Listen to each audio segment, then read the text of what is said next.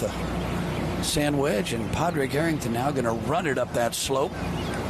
You wouldn't think with lift clean in place that he'd putt it. You know, he could have hit it perfect lie for a pitch. Plus, there's dew on the ground he's got to putt through, so I would have liked pitching it better. He'll probably make it. That's the only problem when you run the ball up the slope like that. You're thinking, I got to get it a little bit harder, and now he's got a tricky little thing coming back down the hill. Well, it was a nice strike. The ball just scooted right along, but there's the dew, Roger, you were talking about. Kicking up some water. Let's go to 10. And this is the third difficult position for Luke Donald. Look at that stance he's using. He's unbelievable around the greens. Look at this shot. Donald still trying to bounce back after that third round 74, and he has been bouncing back. 2 under in this final round. Have that for a great save, and back to the leader. All right, Roger, this is for a 3-shot lead. I'd call it just over 10 feet, and there's not much break in this putt. Might go a fraction right, but very little turn if he hits it firmly.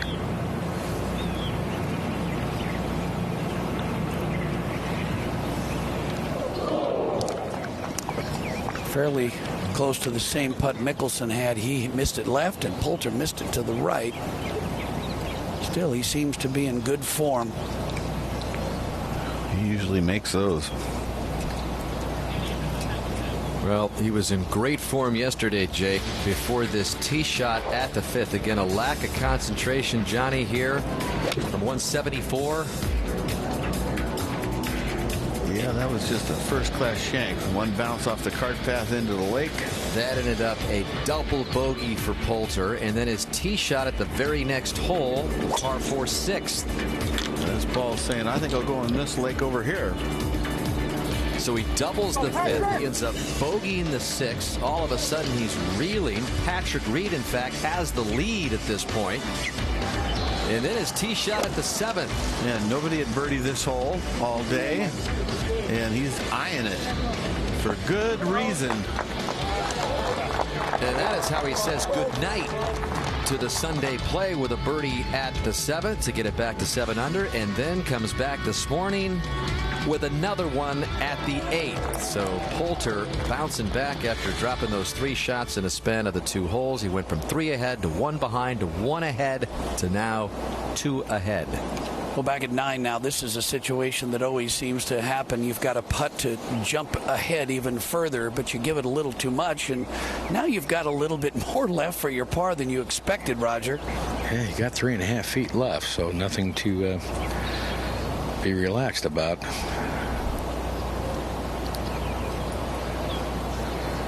Inside right.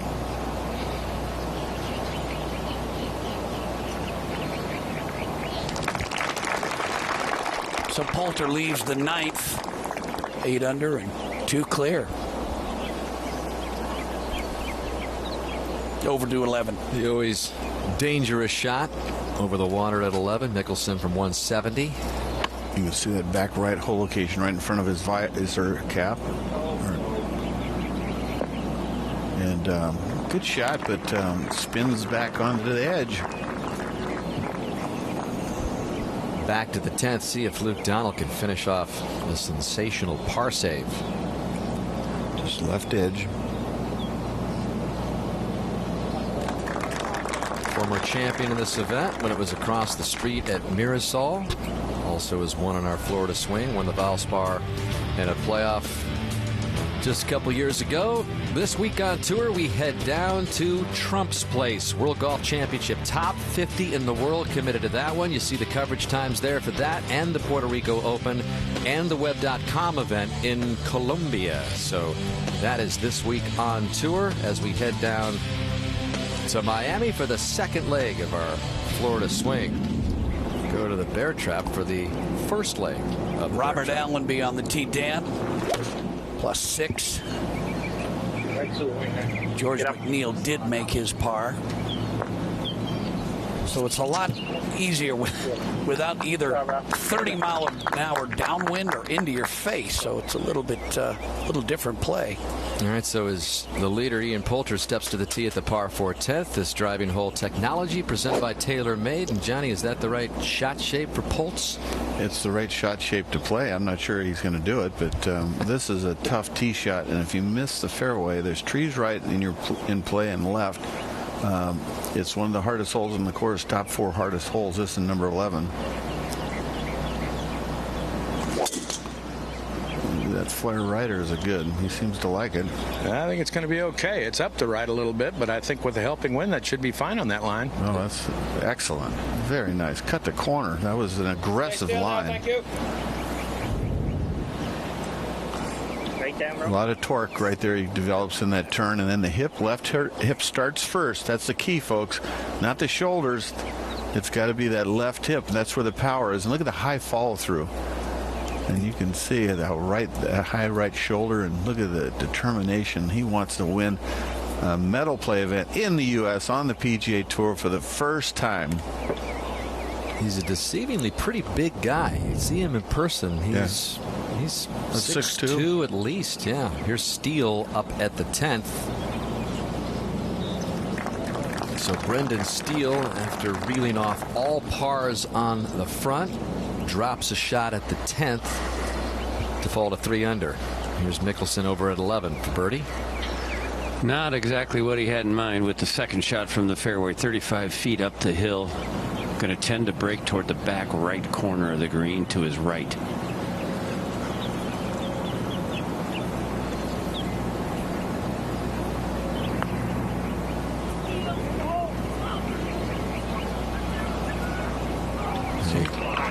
Who's in need of one to drop about now? A little surprised on the second shot on 10 that he couldn't see where the ball went. He had to ask Bones. I don't know if his vision's going a little or what.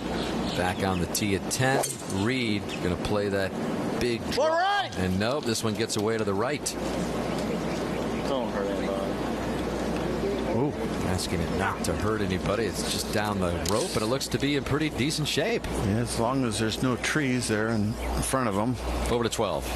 And Paul Casey playing out of the right-hand rough. Noda? Gary, big mistake. Took 3 wood. Tried to play to the fat part of the fairway. Missed it. Now has a terrible lie. 7-iron from the steep rough.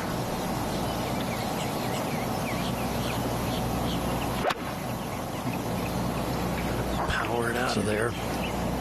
And this is well short, just right at the right bunker. Surprised he didn't go left and just take the long putt from the left side. I would agree, John. That a very aggressive play from Casey there. Very aggressive play from Ian Poulter. In control right now in the Honda Classic by 2. Ian Poulter in charge at the Honda Classic with a 2-shot lead as he heads to this back 9. Focusing a little bit more on Ian Poulter in our latest Pacific Life summary. Johnny just alluded to it. He's never won a PGA Tour stroke play event in the United States. Of course, won the match play championship back in 2010. 16 professional wins have come in 13 different countries. Talk about a world traveler and winner. And he's seeking his 3rd PGA Tour win overall. Won that match play in 2010, and then he won the 2012 WGC HSBC Champions, an official victory without unofficial money, but Poulter looking to add to his resume in the States. Berger's at 14.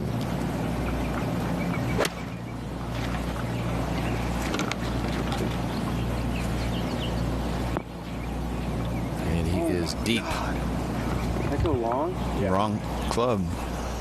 He's currently in solo 4th as we go over to Harrington at the 10th, Raj.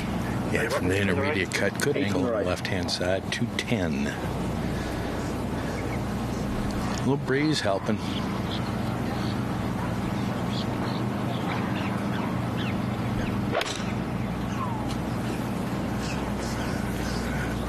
This left of the hole, John, toward the center of the green. That's a good shot from the Yeah, right. it is. Yeah. William Poulter is a prolific tweeter, and one of the images that he tweeted out prior to this Honda Classic was the back of his white Ferrari, as they call it in England, a car trunk, a car boot. So this was the Poulter stash. Look at all the shoes lined up, Johnny. He's got his bag neatly packed in that sports car, one of his many luxurious sports cars. It's about a 2.5-hour drive, maybe a little less, from Orlando to here. In that Ferrari, maybe about a half-hour drive. There's only white shoes in the white Ferrari. If it was the red Ferrari he owns, it would be red shoes in the back. I guess. It is a color-coordinated world in Poulter's world. You can be sure. He is a style and clothes horse. And a car nut, like me, for that matter. You might have a few more high revved up sports cars than you do, John. Well, he's right in the middle of his earning power. I just got NBC. Oh, man, whoa. What does that mean?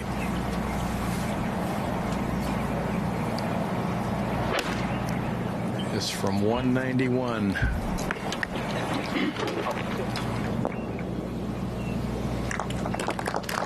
Okay, aboard another green. Up ahead to 12. And Phil Mickelson on the tee. Not an easy driving hole here. Mark bunkers right and left. It is not, Gary, and he has to give himself some birdie chances coming in. And that's turning too much. And that's going to catch the right fairway bunker. And up at the green, Paul Casey playing his third shot. Noda? He's got a nice lie, but it is on the upslope. Going to be difficult to get this all the way back to the hole. And unfortunately for Casey, weakest part of his game, he's gotten the ball up and down only 31% of the time. So far this year, out of the sand. But good shot there. Nice little thump. Just what you're looking for, John. That means you've used the bounce of the club. Over 10. And what's the target line here for the sweeper right to left, Johnny? Well, he is aiming right in that. Oh, look at the gallery. Look at the gallery back up. They're like, are you coming over this? He loves to hook the ball. Okay, gets it in front. That's a good shot. Not often you see a PGA professional back the gallery out like Patrick Reed did. He's tied for second, 2 back of Poulter. Beautiful Monday at the Honda, and our Golf Channel and NBC crew proud to bring you our first leg of the Florida Swing. A little late on the delivery of it, but should be entertaining down the stretch. Casey trying to become or stay in part of the drama down the stretch. And his par putt at the 12th. Okay, good sand save there after a poor tee shot. Casey remains 2 back. All right, so Patrick Reed in front of the green here at the 10th, Raj. Yeah, hole cut in the rear of the green, just on top of a little plateau, trying to play something low to get it skidding and running up there. Kind of like that. Nicely played. So Reed is hanging in. You know, Patrick is really good, folks, when he's hitting half the fairways and he's in second place. That reminds me of Tiger somebody. 14, Berger for par.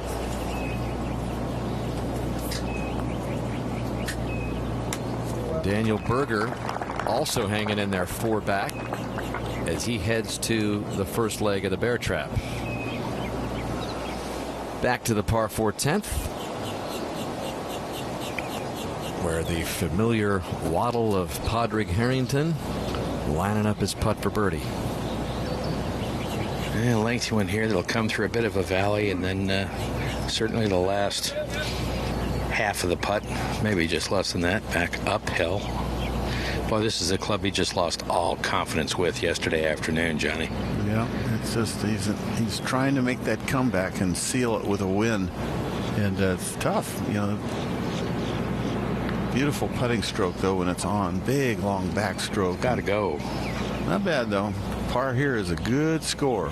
Seems like a long time ago when Harrington had that first 36-hole lead in 5 years, but that was the case, and he had his eyes on picking up another win, but it has slipped away. He's 5 back. This was Mickelson at 12. Yeah, fairway bunker right under the lip, so could do no more than just pitch the ball out down the fairway.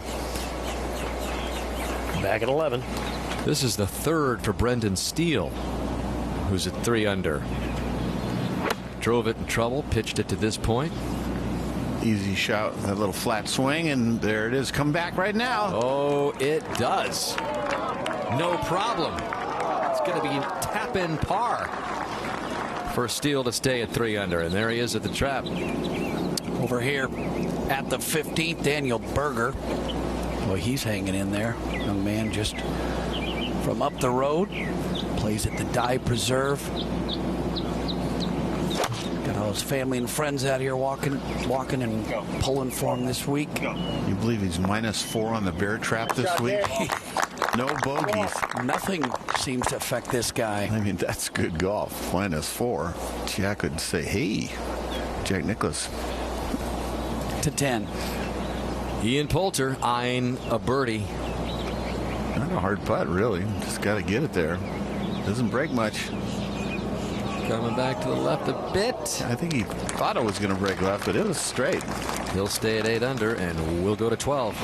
And watch Mickelson play his third shot here at the par 4. 127 yards, Gary. Not what he needs for a third shot on a par 4 at this stage. I've heard him yell at his shots more than I've ever heard before, Mark. When he hits a bad one, he'll make a sort of a loud comment. I've never seen him do that. Well, I truly believe he expected to come out here and play better than this morning. So Mickelson left with a lengthy putt for a par there at the 12th. You can see out of sync, trying to get the motion right. But it's not happening right at the moment for Phil. It is happening for Ian Poulter. 2-shot lead in the Honda Classic. The leader Poulter on the tee at the tricky 11th. 455 straightaway hole. Got to deal with the lake on the second shot. First things first, get it in the fairway, and Poulter has done that perfectly. Up ahead on the green, Russell Knox for birdie. Playing well again for the second straight year at PGA National. Part of that 4-man playoff. Birdie for him gets him back to 4 under. 1 under on this final round. Just 4 back. And back to Mickelson. And his lengthy putt for par here at 12. Gary, a lot of people out here, but it's eerily quiet. He needs to do something to get them going, to get him going.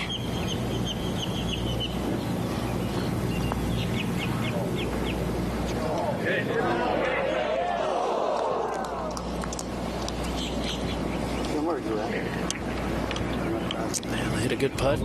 Thought it had a chance. And there's what you're talking about, Johnny. Quite a bit of reaction, and you have to wonder at his age now, how many more opportunities is he going to have to win tournaments as we go back to 11. Time for second 2 back. Reed.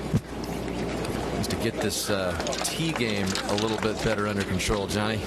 Yeah, he just has to keep that right elbow in and not, flip it out at impact and hit that pull hook. No problem there. Fairways this round, Reed has hit less than half, 4 of 9. Over to Casey.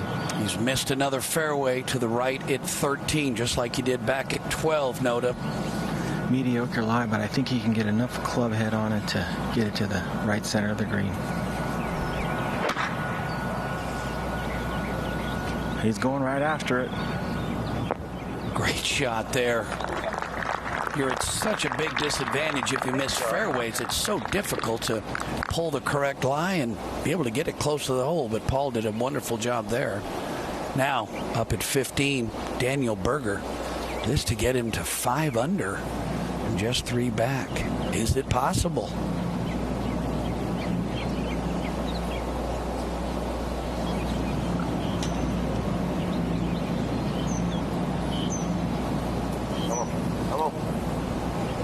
He's already had a couple of top 10s early in his career, Phoenix and Pebble Beach, so pretty impressive stuff. Following our broadcast, you can log on to PGAtour.com for the Winners Live post-round press conference. Who's that winner going to be? Catch all the comments and insights from the champion exclusively on PGAtour.com.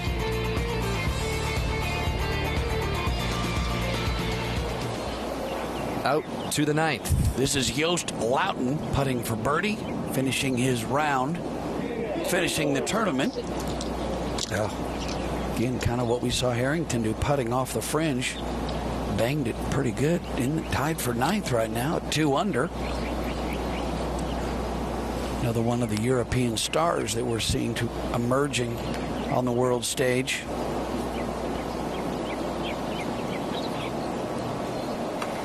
To 12. Where we find Jim Herman with a chance for a birdie here, this to reach 3 under par. And Dan, what a good story here. With his status on the tour this year, he was not in the field as of the Friday commitment deadline for the Honda Classic. Actually teed off in the Monday qualifier, and on the 4th hole they came out and told him that Scott Verplank had withdrawn, and he was in the field. So taking advantage of a great opportunity. Yeah, he was in, he was out, he was in. And he didn't finish that qualifying round, which, no surprise. He walked right in, came over here, registered, and played a practice round. And he'll have, again, full support from the owner of the course we're heading down to this week, Donald Trump. Of course, was a part of that story as well. He was an assistant pro at Trump National in New Jersey when Trump gave him some support, encouragement. It's one of the 3 hardest holes on the golf course, really. 6 can be number 1. This one could be number 1. 10 can be number 1 through the years. But down green lie. That's a look at Harrington's ball, Roger. Well, out here where the gallery has walked, so all trampled down. So he's got a pretty clean lie. 207 to the hole, wind down and left to right. Be easy to miss this left and down that little hollow down there, wouldn't it, Raj? Because a quarter of the people, as you can see, hit the green from the left rough where Padraig is. Well, if you're going to miss the green, John, that would be your pick, to miss it left. Yeah, you can't go in short right doesn't work. Well, he's gotten real good at playing out of the rough because he'd been in there a lot the last 4 years.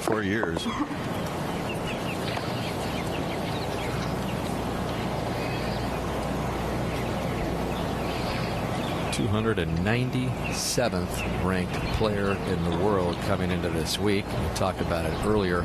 James Hahn won from that position at Riviera last week.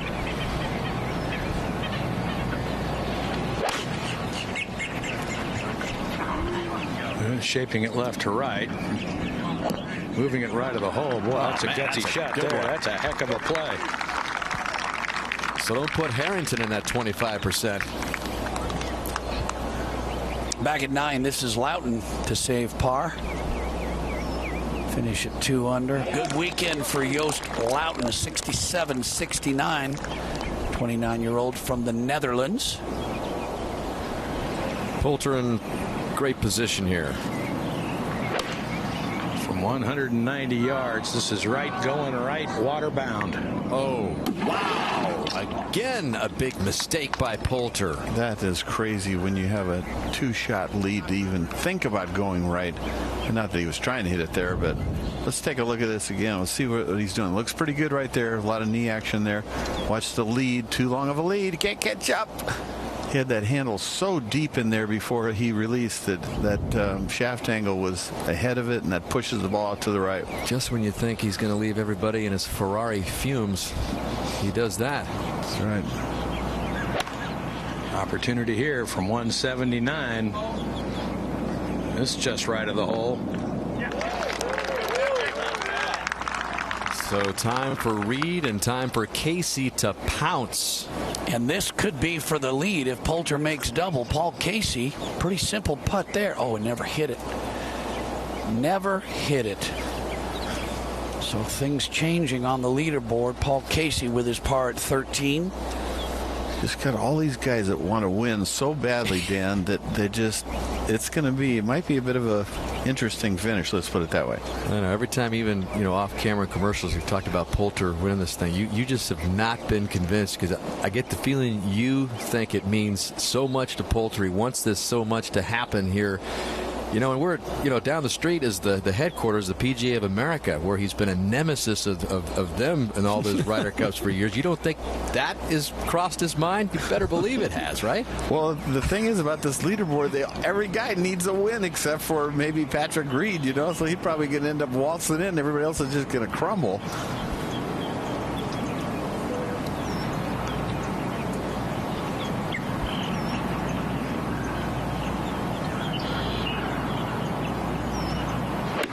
Yes, from 154. Johnny, like I've always said, this is an easy game until you care. Let's see, that's a key shot. It's really hard. That's an important shot right here. Shot there. Oh, it's spinning back. Let's see if he can make another tough bogey like he did at number 6 after he shanked it on 5. But he's facing perhaps double bogey in the face. Donaldson over at 14, looking to move it to 3 under. Yeah. And yes, 3 under. Not out of it, especially if Poulter brings it down to 6 under as the lead. He's got a bogey putt coming up at 11. Don't go anywhere, folks, in case you're sneaking a peek on Golf Channel in your Monday morning workday.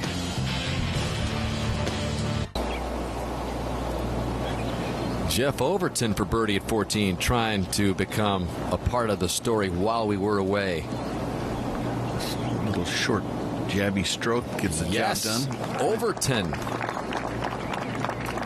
moving up the board a bit. And back at 11, can Patrick Reed take advantage? Casey advantage as Poulter has a bogey putt coming up. Career balls in the water at PGA National in the first 11 rounds, 6 total. He's got 3 in this final round alone. Yeah, it's like 3 turnovers in football. You don't usually win. Yeah, you think a guy can win this tournament with 3 balls in the water? Yeah, he could. Let's see.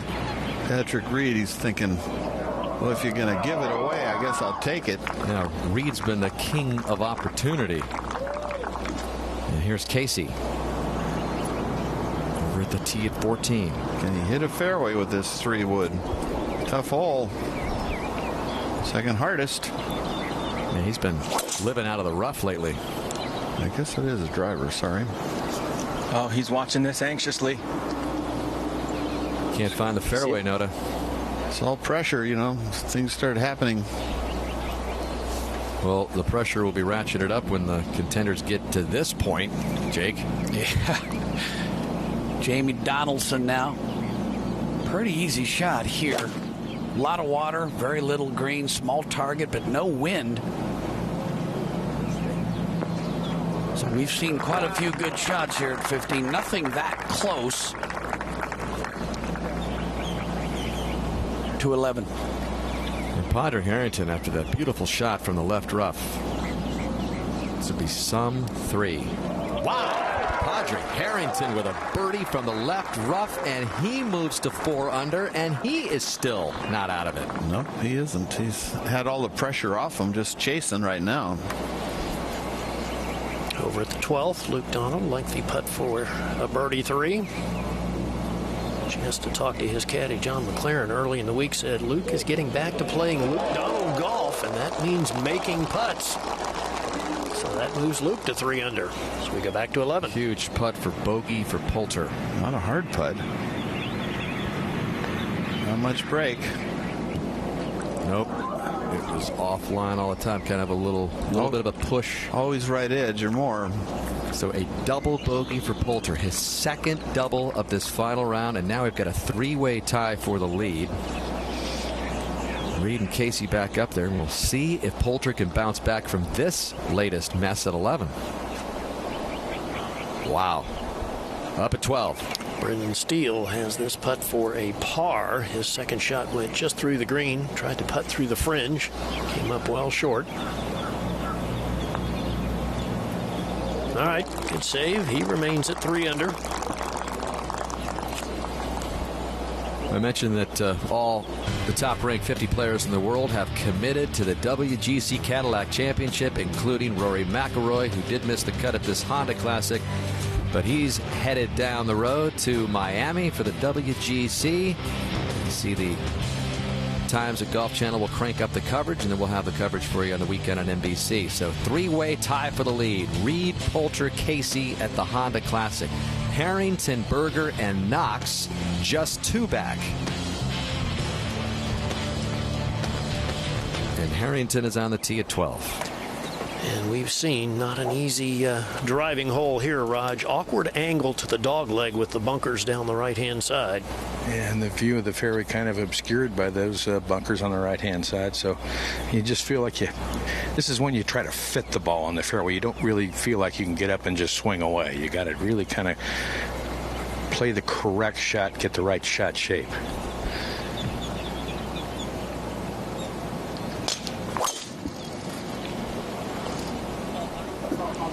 Starts up the left side. Looks like it's peeling a little right.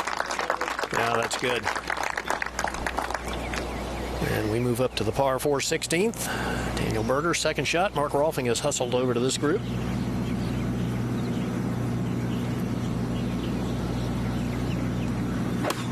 Beautiful tee shot by Daniel. Hole location way on the right today at 16. Yeah, he likes to move the ball left to right. Good fit. And a beautiful shot right over the flagstick. And back at 12. Got to be a tough driving hole for Patrick Reed if he wants to play his draw. There's that hard hook. And that's going to miss left. That has been his nemesis, Johnny. Yeah, it has, but the green opens up a little from over there. It does. If it didn't go too far, he should have some sort of opening.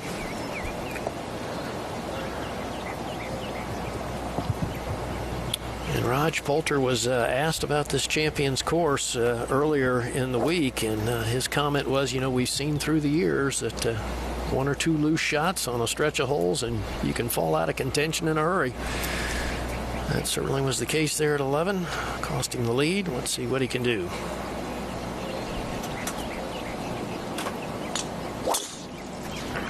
Yeah, this starts down the left, not really cutting. Might need a kick right. Yeah, hit softly, it's fine.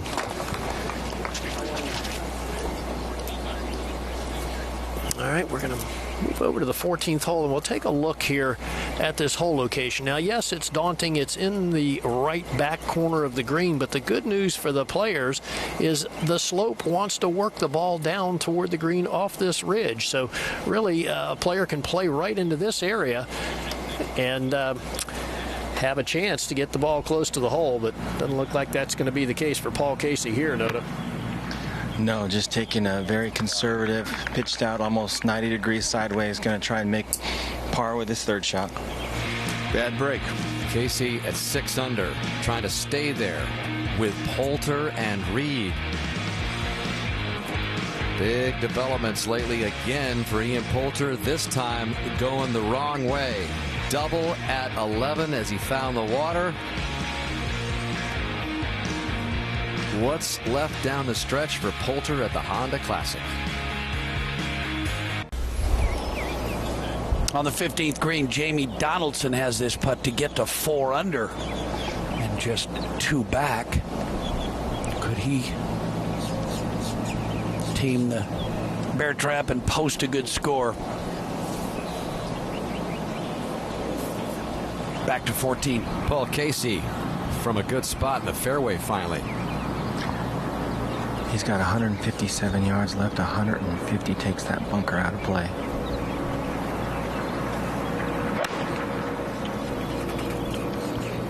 Playing it at the center, trying to work it back toward the hole. That's what Gary was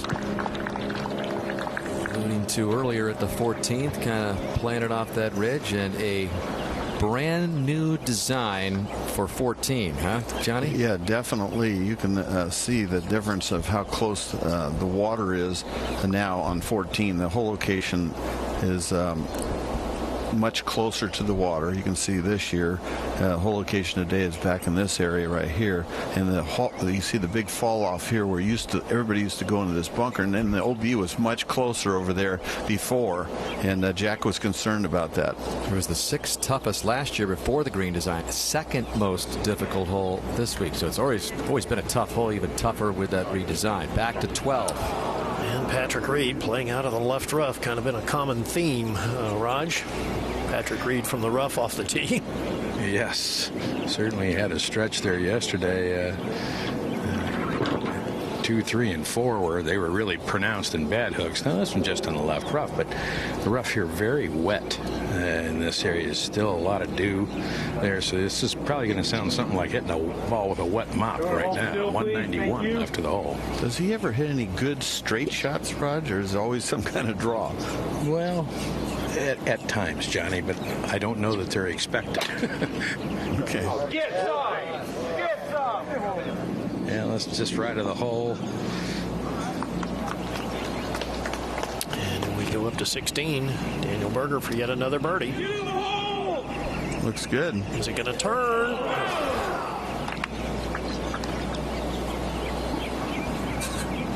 Back at the 12th, Poulter ready with his second.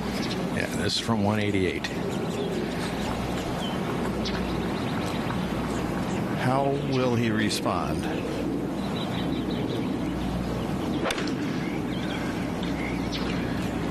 And this is a solid strike and just left of the hole. Yeah, gets a forward bounce and beautifully positioned, so he responded well late yesterday after a couple of hiccups. We'll see what happens today. And this is just earlier. Luke Donald on the tee. Now watch this. This ball is left of left. Wow. Out of bounds, and it hits the roof of one of those homes, and it ricocheted back into the fairway to this spot right here. So he's way back, but he's got a good look at this one from 157. Can he take advantage? That's the worst tee shot I've ever seen on that hole. I think it was up on the shingles. To 12. Harrington, second shot on the way. Yes, from 171 and hanging well right of the hole.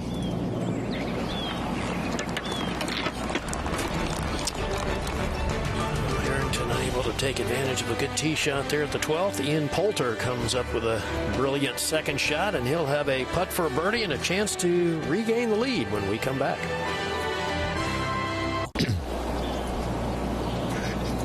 Paul Casey tied for the lead, trying to stay there. Needs this par to go down at 14.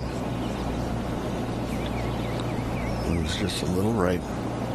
Yeah. Oh, come on. It's flattened out at the hole. So 2 bogeys in the last 4 holes for Casey. A different kind of tail on his final round on this Monday as opposed to yesterday. +2. Over at 13, can Luke Donald take advantage of this great break off the tee shot? Nope.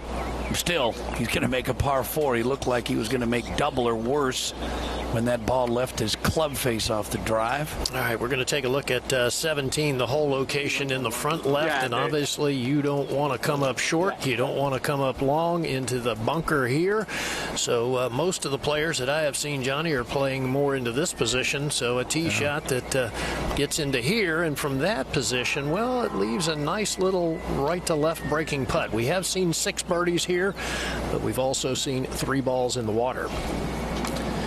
And how about the way this young 21-year-old has played the bear trap? -4 for the week. Big tee shot here.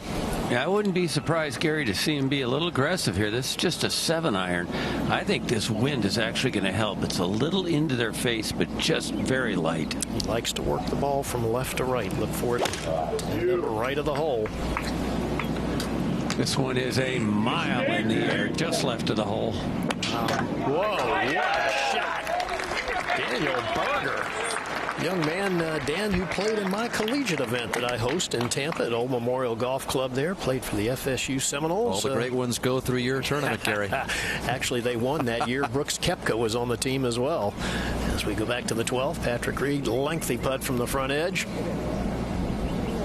Leaves a little more than he wanted.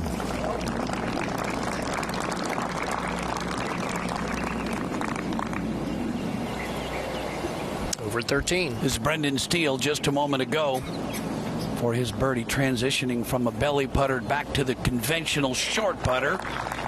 Said the first time he did it, he went out and shot 62, so he knew it was for him. Now live, Russell Knox for birdie. Opportunity missed there. That was to get to 5 under. Yeah, just 2 out of it, though. All these guys are in it. It's amazing, isn't it? Yeah, they haven't got to the bear trap, so in 18, things can happen. All All right, back at 12. Harrington, a lengthy putt for a birdie. This looks pretty good. Oh, Harrington moves it to 5 under par. Talk about being in it. Yeah, I mean, he's been all over the place, but hanging around. Even Padraig likes this one. Can you imagine if Padraig Harrington ends up winning this thing?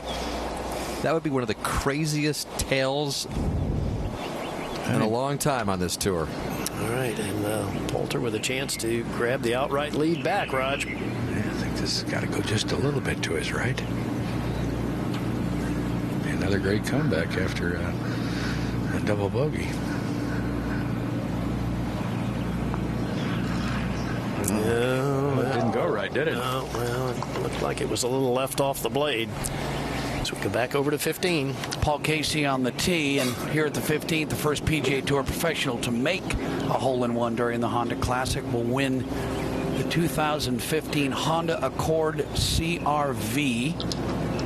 You see right behind him. I'm not sure if it's that car, but I know Paul would take it should he jar this. We've had a couple of shots pretty close, but is this the one? I still think it's this. I just think flash too much. Let this pass, you know? Don't see you fly. Peter, they're debating between the 5 and the 6 because the wind has picked up just a touch here to where it has to be a little bit of a factor in calculating final distance.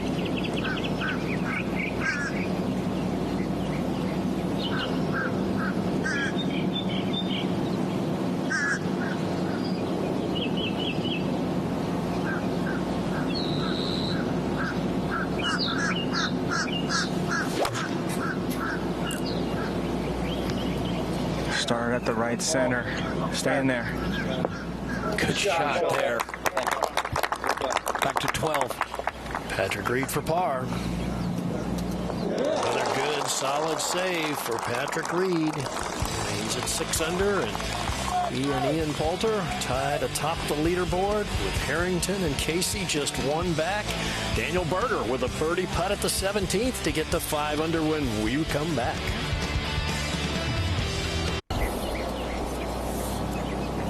Patrick Reed, the co-leader on the tee at 13 with a driver. Padraig Harrington has already driven in the fairway. And a big sweeping hook. Yeah, it's a narrow little target down there, about 24 yards wide to 16. Jeff Overton, lengthy putt for a birdie. Off the upper level, down the slope. Picking up some speed. That's a nervous length. We go back to the 13th. Ian Poulter now with the driver.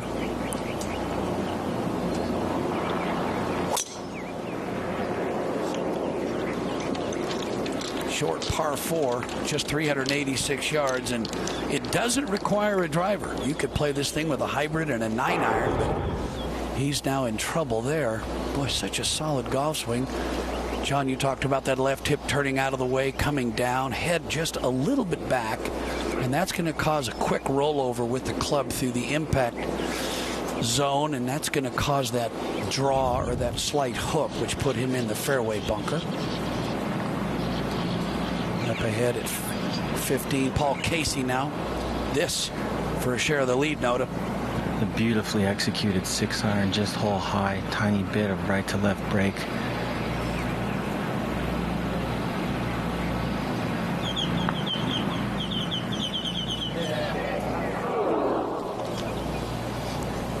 So many guys have a chance to win, and so many want to win, as you pointed out, John. Yes, sir. To 14. Mickelson for birdie to get it to 3 under. Needs this and a little magic down the stretch, and who knows? This doesn't have it right now. Pretty disappointing for him. He probably saw a big green light chance today. Absolutely.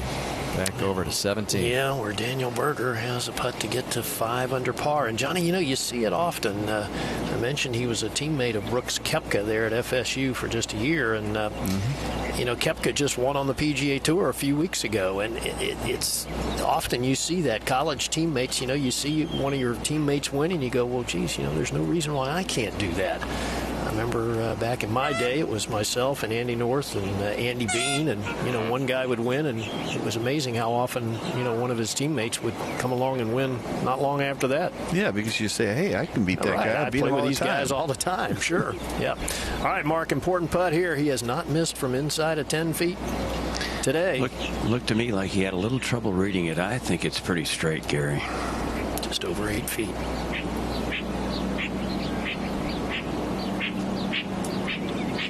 Hang in there. Yes.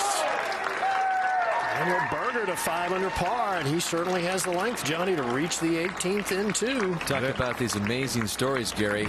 None would be more amazing than if Berger can come back from 9 off the lead in the final round of Ian Poulter to win. You're looking at the largest final round comebacks at just the Honda Classic. Harrington 7 back, put it away in 2005. He's in contention here. In PGA Tour history, only one player has come from further behind 9 going into the final round to win. That was Paul Lawrie, remember, at the British Open, 10 back. Berger would match the second largest comeback. Amazing. Ever. Birdie's 18 for 64 today. Oh, man. Paul Casey at 15 now for his par 3.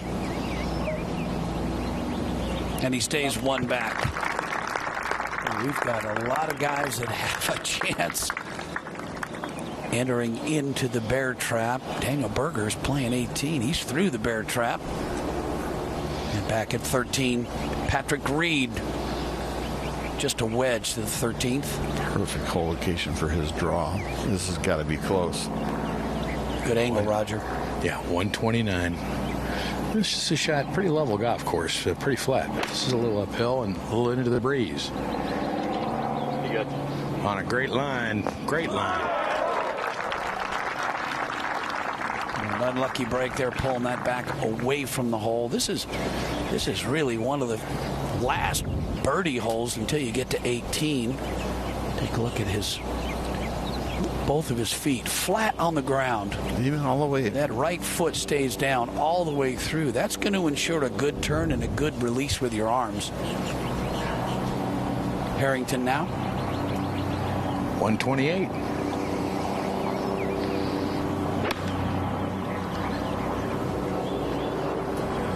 That's a pretty good looking shot just left of the hole. Really good shot. Controlled the spin nicely there. Who's going to win, Jake? One of these guys.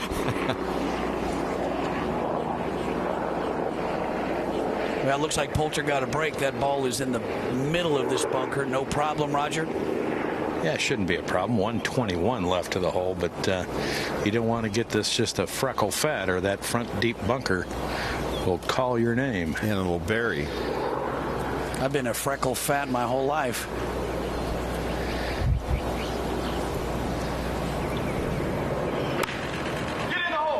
Well, contact sounded good. Pretty good looking shot, too.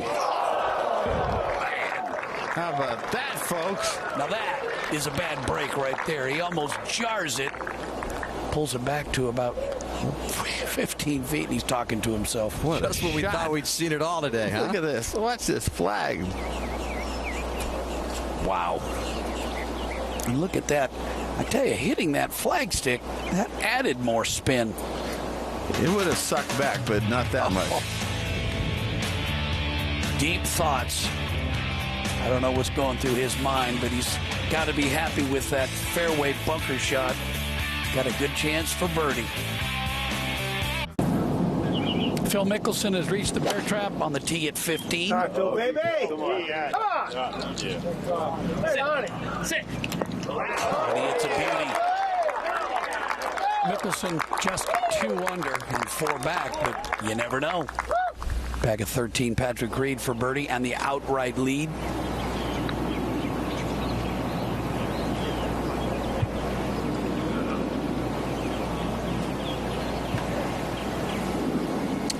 over to 16. And the par putt for Jeff Overton to remain at 3 under. Okay, safely in. Back to 13.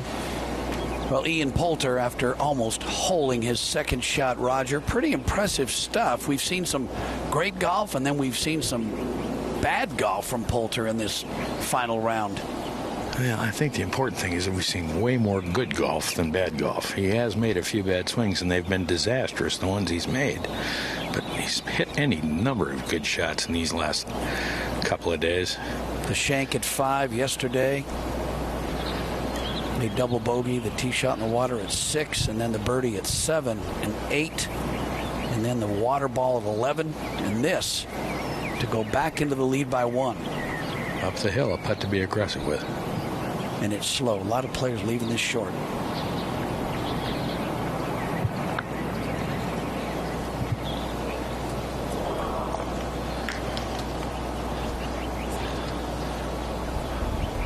Boy, it looked like he was going to make it 2.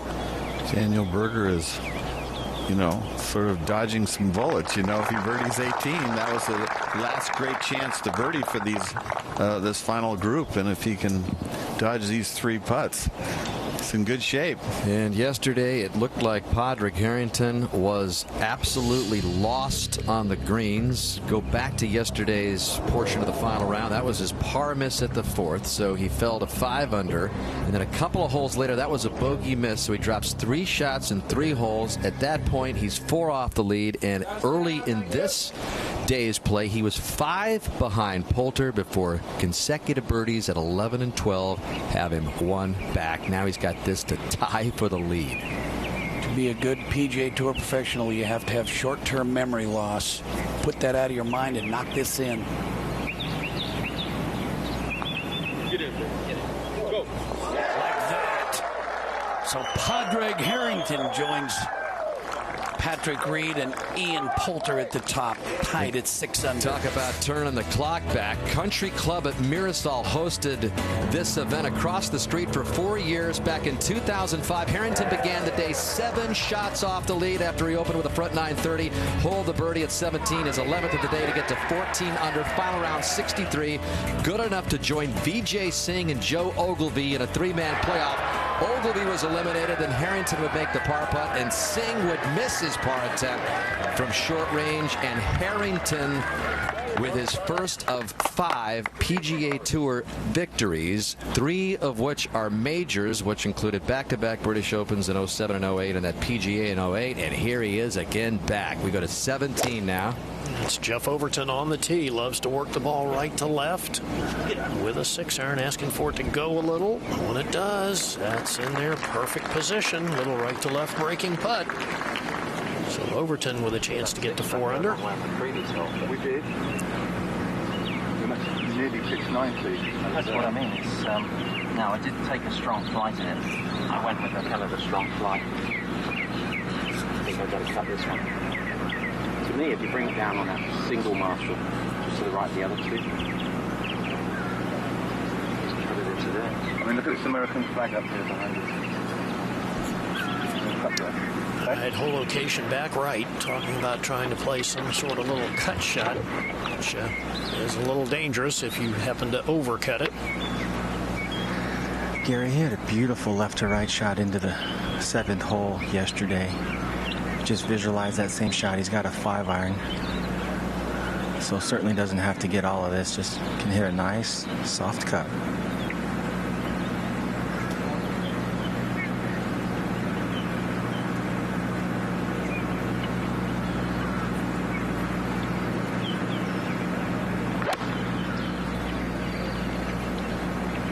Nice looking shot. Just left of the hole. Very well done. Leaves an uphill putt from there. Up at 18. And Daniel Berger can reach here from 245. Johnny, you think a birdie here is an excellent chance to maybe win and maybe get in at 6 under. You're part of a playoff, huh? Yeah, I think it's looking more like a playoff, but it could be an outright win. And this is a pressure shot. Let's see if he knows it right now. Let's see if he can come through. Watch the top of his backswing, how wide it is. Amazing.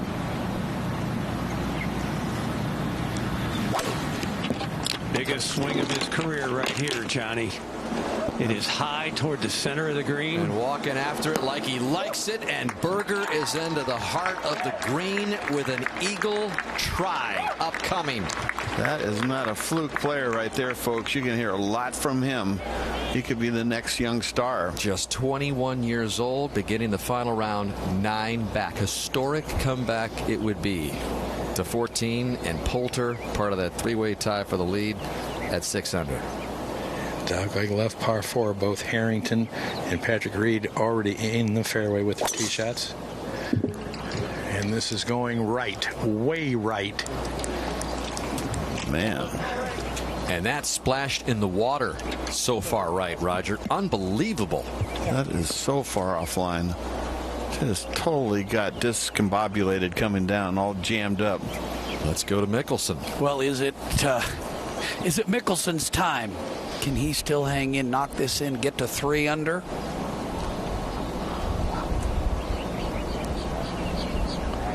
It's time to rev up the jet is what it is. Wow, he's just hit a lot of putts right over the edge of these cups. At 14, Russell Knox trying to get within 1 of the lead.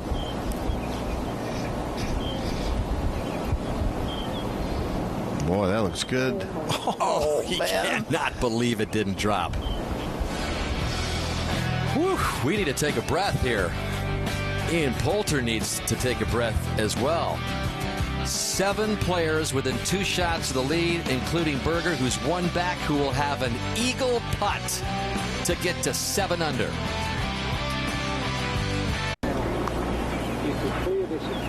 After finding water off the tee in the hazard at 14, Poulter now going over his options with a drop. His 4th ball in the water in this final round. In the meantime, we head back to the tee at 15. Brendan Steele, just 2 back. Right there. Right there. No. Oh, that ball is tough lie there. Feet will be way above the ball. To 17. Jeff Overton to get to 4 under.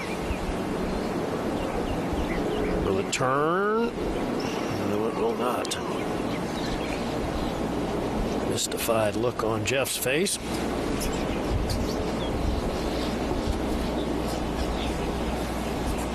Back at 15. Russell Knox, after almost making birdie back there at 14. He lost in a playoff here last year when Russell Henley won. It's a shockingly boring hole location. It is. I mean, I cannot believe that hole location is right there. Well, here is Daniel Berger looking over this eagle putt. He does have athletic genes in the family. His father, Jay, former professional tennis player, has served as the director of the men's tennis at the USTA since 2008. In fact, his dad played professionally for 5 years and reached the round of 16 at the 1985 U.S. Open tennis tournament. And here is his son on the verge of what could be one of those unbelievable comebacks from 9 behind Poulter to begin this final round. He did have some great credentials in college. First team All-American at Florida State, turned pro after his sophomore year. He was the individual runner-up to the NCAA champion Max Homa that year. So the guy could play in college, but here he is in his 12th PGA Tour event with a putt for eagle, 2-putt birdie will give him a tie for the lead, and the number at 6 under. Mark, you right there. It looked like to me I was out there this morning in the first half straight, and then the last half just moves a little right. I think so, which is, I think, a perfect line for him because he has a left to right shot shape. And I have seen no sign of any accelerated heart rate. He has just played almost perfect golf the last 3 holes. Biggest putt of his life right here.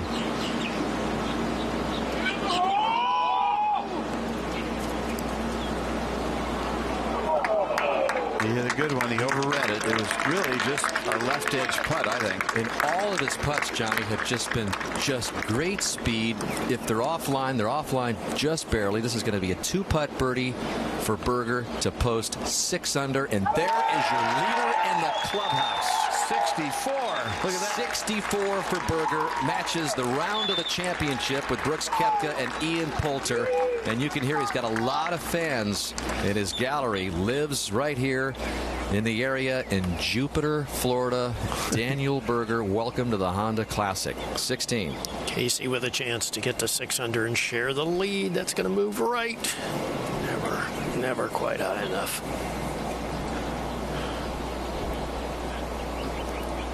Back over to 14. All the pines, right? Pine straws, just as long as you're not getting to the sand and the dirt. That's right. But I mean, all the pine straws, loose impediments. That's correct. Well, I believe that Ian Poulter put a ball in play under penalty after driving it into the lateral water hazard. And be playing 3. There is a crane ahead, a camera crane up ahead on the right that I think they might have been determining to be in his line of sight. So now moving the ball from there. But I have not heard that definitively. I don't know that for sure. But that's what I believe is going on. Getting all those pine straw thinned out before he drops it. Is that it?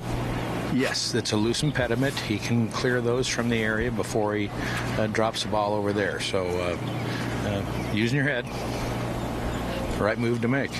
You better be careful that where he drops it doesn't bounce over in the thick part that he's not thrown over very far. You know, by his toe, you see how he's thrown a lot of it right there. In the meantime, all this delay has brought Harrington, who's got 3 birdies in a row, and Patrick Reed, who's also tied for the lead, to an absolute standstill.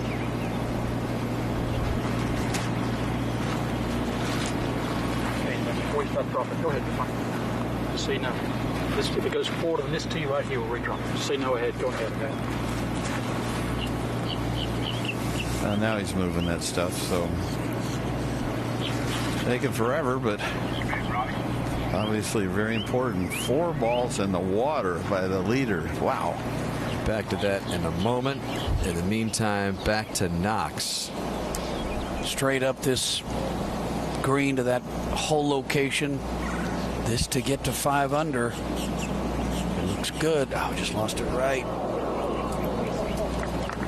So a par 3 for Russell. So Poulter's ball now in play, getting ready to hit his 3rd at this par 4 14th. If you can get it from that long. And now has 217 yards to the hole with that hole cut over the bunker on the back right. There's Harrington, who's just being iced over there after being red hot with 3 straight birdies. He better get his game going. He might run out of golf balls today. But Johnny, these guys were a little out of position to start with, falling behind, and this isn't helping matters.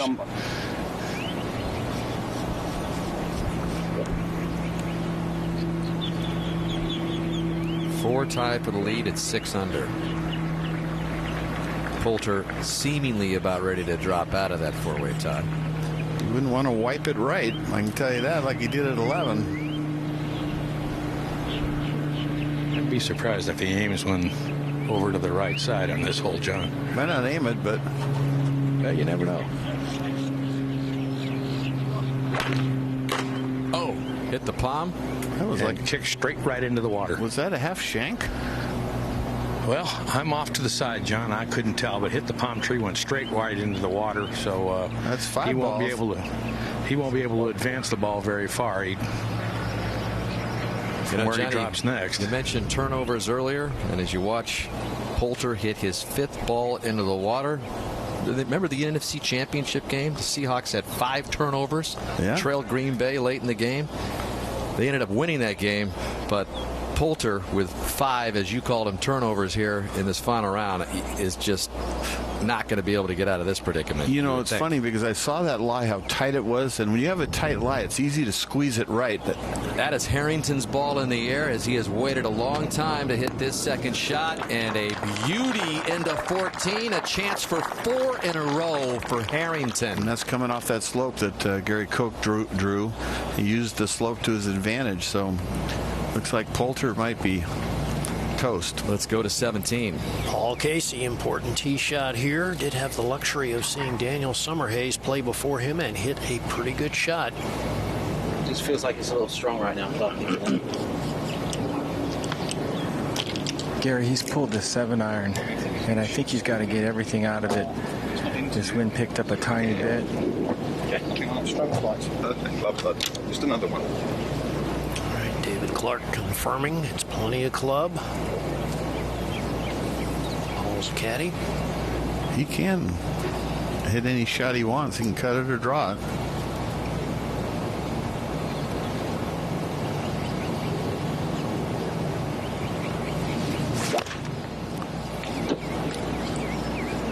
This starts at the center of the green. Said he hit it as good as he could. It's well played. Hole high. About 25 feet away. We go back to 14. And while Casey was hitting, this was Patrick Reed's second from 174. Hasn't played well if you just tuned in, but he's hanging in there. Tied for the lead and using that slope a little bit. Not as much, but he'll have a birdie crack at it. So Harrington and Reed both at 6 under. And Poulter looking over his next set of options. This will be the 5th shot for Poulter. And you could say it's finally come all undone with the 5th ball in the water. Really has been a remarkable round, hasn't it, Johnny? I mean, he's hit so many quality shots, and then the bad ones are just awful. Yeah, I just saw that tight lie that he had, and it's so easy on a tight lie to squeeze a push, and that's just what happened. And yeah, he's going to make a big number here if he doesn't watch out. It's going to take a lot of time. They were already behind. Still got 185. I know. It's just. And what about that little palm in front of him? He can cut it around that, right? He can, yeah.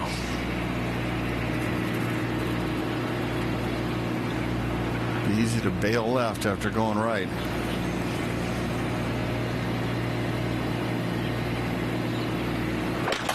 Oh, he hit another palm frond there right in front of him, didn't he? And that one doesn't get to the green. So he's there in the bunker in 5. Man, he is just having a nightmare round. Nightmare. But the best he can do there is a triple to get it there in 7 shots. Just when you think it couldn't get any worse for Poulter, he's got a buried lie with his 6th shot. This chunk and run. Terrible lie. Just terrible lie. It came out straight left. Well, it's going to try to use that ridge. Yeah, it's trickling. So he's got that for a triple. Look at the lead there on the handle. Wow. Look at that shaft really bend and recoil and rebend again. That's very nice camera work. Look at how much sand he got out of that bunker. 17. Paul Casey with a chance to get the 6 under and into that log jam at the top of the leaderboard. And Gary, his iron play in the final round has been stellar. Distance control great, working it both left to right, and he's got another good look here. This one from just over 21 feet. Playing a big break. It'll move left, John. Yeah, he's playing way out there.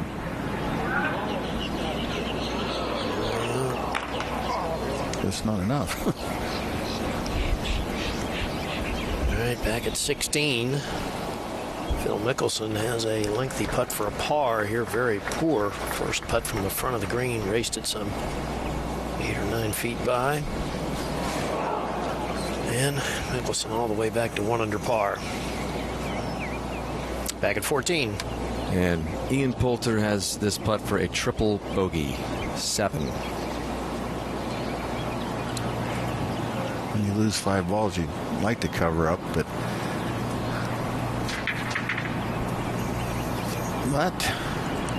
he sure hit a lot of good shots for how bad the bad ones were, like you said, Roger. Just amazing. I've never seen a guy go from sweet to sour on different shots. From Poulter to Poltergeist. Yeah, that's right. Well, to his credit, he is trying on every one of them, John. Yeah, he's slow, and Harrington is slow. This has taken a year to play this 14th hole for these guys.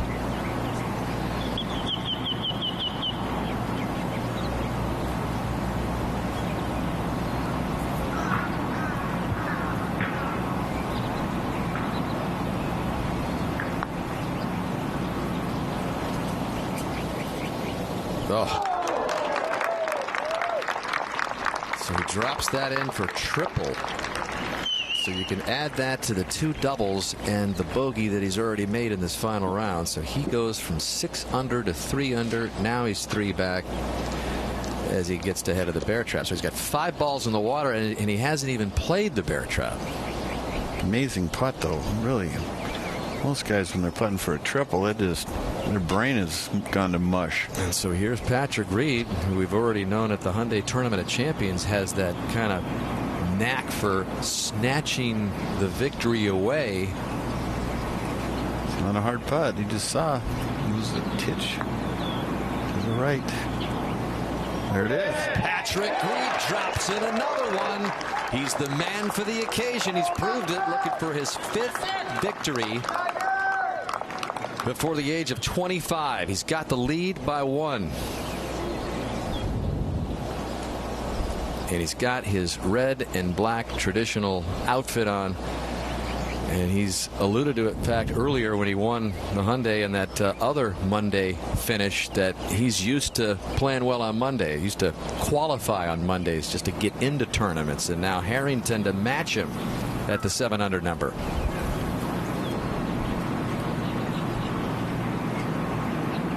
Be the 4th 1 putt in a row if he makes it. Yep. 4 in a row for Harrington. Harrington is on fire. So they separate themselves from Berger, who's the clubhouse leader after that final round 64. Take another breath here. Take a look at our Pacific Live summary. Take a look at this final group and how they have played the bear trap as they head to 15 this week. You can see Reed there has made up for some mistakes at 15 and 17 with his play at the 16th. Harrington has been the best of them all. 3 under total. No problem at all. And Poulter's been a little up and down, but even through the trap, which has just not been that gnarly today, especially. What a strange turn of events we've seen here in this final round yesterday afternoon and already this morning, especially with Poulter. Harrington missing some putts yesterday, coming back now with 4 in a row, regaining the touch. And Padraig Reed, this guy is tough. What do you think, John? Is Padraig Reed the new young American star? Well, he's definitely looking good. You know, this is a bit of a gift-wrapped situation for him with what other guys have done. But Padraig might have something to say about it. But those are 2 nice birdies, weren't they, on the tough 14th hole? Yeah, I think that new green at 14 that Jack has built, that's tough. The other green was pretty easy, kind of benign, but this one, well, right there looks tough. Yeah, the 14th hole, the hole is cut sort of in that funnel, so it's easy to, if you hit a good iron, it's going to be fairly close. And then 15, I've never seen this whole location. It's the easiest about on the green. Well, the only problem that you have here, if you bail left and put it in that green side bunker, there's really very little chance to get it up and down. We saw Brendan Steele hit it over there, and he almost hit it in the water. Couldn't get the club underneath. So this is a just lace your shoes type shot. Take it right at the flag and hit a good one. I mean, Padraig plays at a glacial pace. I mean, he hasn't even got the tee in the ball in the ground.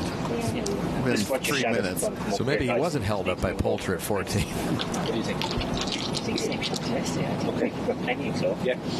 I think the other would be pushing it. Okay, happy with this. You know, I think I could. 6 there. No, I'm happy with this. Yeah. Holy mackerel.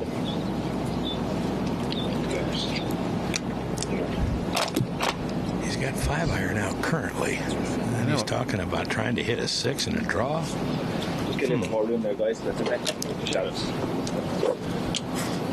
And this has got to be a cut up against the wind, coming a little bit from the right, mostly against.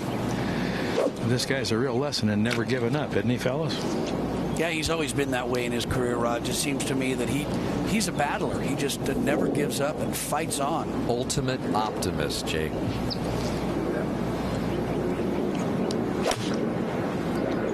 Maddie.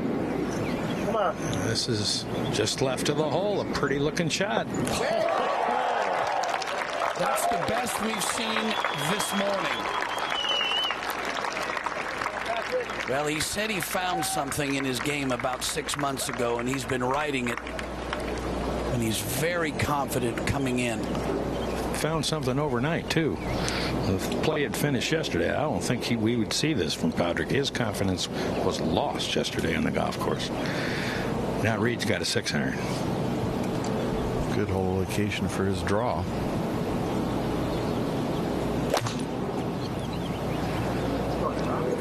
He starts it out right, but it's hanging right. Oh, man. Wow. Wow. He knows it. It's hanging right. And boys, that's something new on the early resume of Patrick Reed, who has not shown signs of cracking when tournaments have been on the line, and it's there for the taking. New territory for him to overcome right now. Now Donaldson for birdie at 18 to get in at 4 under. And a fine finish for Jamie Donaldson. 3 birdies in the last 5 holes, including the ones at 17 and 18. Final round 66. Nice check for him. Back to 15. Well, Patrick Reed's ball in the water was just the 3rd in this final round. It goes to show you how benign that hole location is, John. Now Poulter, he's already been in the water enough this final round. He's maybe running out of golf balls. I don't know. Well, he's got a 5-iron too, and let's see if he can bounce back yet again.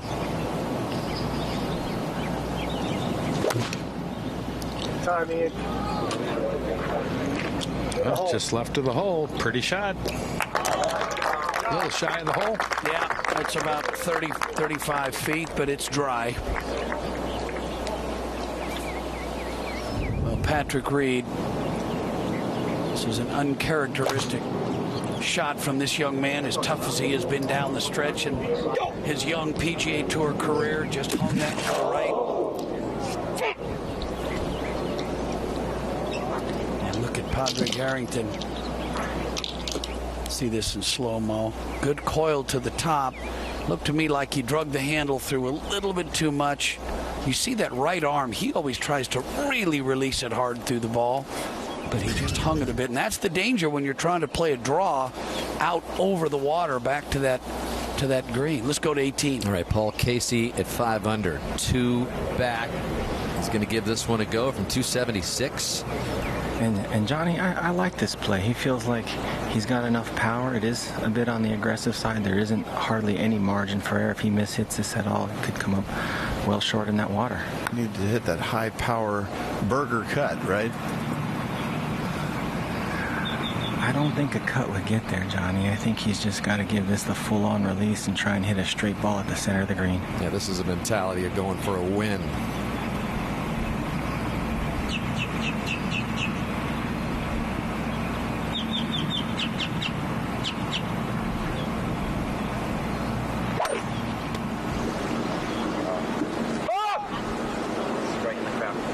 It's going way left.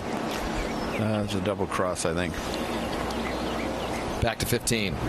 This is Patrick Reed now from the drop zone, 118 yards. Get in there. Needs to make an up and in. Boy, Got to get up a little. He's not going to be happy with that. He's got that putt now for his bogey. To 16. Luke Donald has this putt for a birdie to reach 4 under. Man who won this Honda Classic back in 2006. Well, this looks good. Luke Donald to 4 under with 2 holes to play, looking for his 4th consecutive top 10 finish here at the Champion Course at the PGA National Resort and Spa. Well, Padraig Harrington with a birdie putt at 15 when we come back. Well, when we all gathered in the early morning here at PGA National, little did we know what we were about to witness. Ian Poulter looked to be in clear control. 3-shot lead to start the final round. up the lead today, and then balls started flying on the water off sticks, and Poulter is now out of it. Harrington working on a streak of 4 birdies in a row. Casey trying to hang in there. Padraig Reed just found the water at the first leg of the bear trap. Anything can happen on this Monday now at PGA National. Will it be Harrington's day? Daniel Berger in the clubhouse at 6 under on a wild Monday finish at PGA National. Is Harrington in line for his first PGA Tour victory in 7 years? There was the bogey and the double bogey yesterday in the portion of the final round, and then boom, boom, boom, boom. 4 birdies in a row has given Harrington share of the lead officially, but Reed's going to fall out of it because he hit his ball in the water. And now the action at 15, Jake. Poulter has already putted from 50 feet and missed. Still has a putt left for his par, and now Padraig Reed for an all-important bogey 4.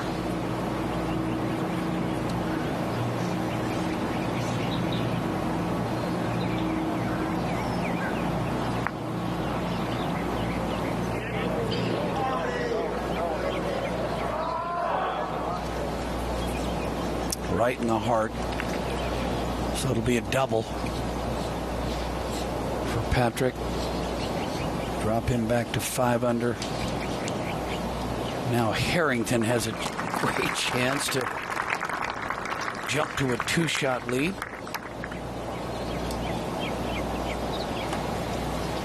To 17. And Luke Donald's tee shot here at the par 3. 5-iron. Whoa.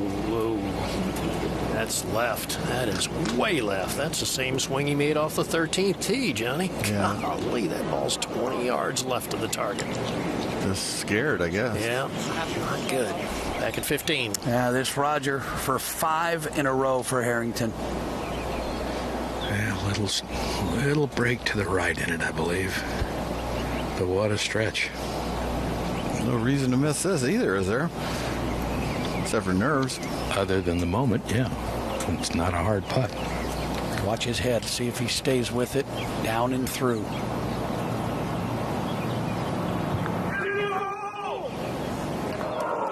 We saw that head turn just at impact to 18.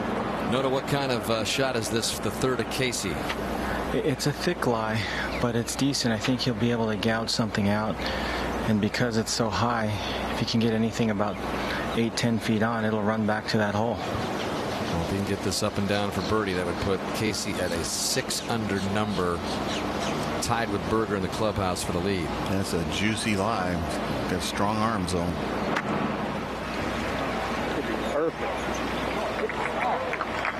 Came out very softly. I thought it would chunk and run, but it came out with no forward motion. So Casey has to hold that to have a chance. And back at 17, Russell Knox coming off a 3-putt bogey back at 16. Tee shot with a 6-iron. His eyes are looking up and down, Johnny. Usually that means it's online, and it is. Good looking swing. Yeah, wonderful rhythm. Very much a swinger of the club and not a hitter of the ball. Back at 15. This is Ian Poulter now for his par 3.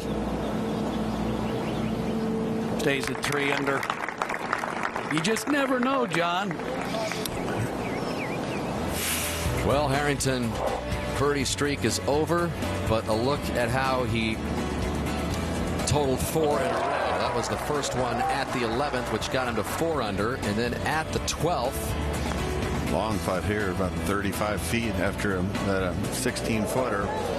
That one goes down, and all of a sudden Harrington is just 1 off the lead. Then the second shot at the 386-yard par 4 13th. Just posing, and for good reason. Puts it in there maybe 8 feet. Made that for 3 in a row. And a good second and 14 for 15-footer. You know, we just looked it up. The most birdies that Harrington has made in a row in his career, 6 consecutive, and guess where he made it? At the 2005 Honda Classic, which was played at that point across the street at Mirasol. So Harrington, in final rounds in Honda Classic, has put together 4 in a row and 6 in a row. Wow. Final rounds. Nice. That's what makes it obviously even more impressive. And he's got the lead by himself, 1 over the 21-year-old who sits in the clubhouse at 6 under. And trying to figure out the wind direction as they contemplate the tee shot at 16. And very important to hit the fairway. Bunker down the right, bunker down the left, water down the right as well. Just doesn't like to hit real quick, obviously. Nice and still back there now. And there is seemingly an inordinate amount of thought goes into each and every shot. Watch how he takes that step with the right foot in the practice swing. Well, trying to make sure he gets the weight off his right side and moves it forward in the forward swing. It's always a tight shot, this shot. Easy to pull it.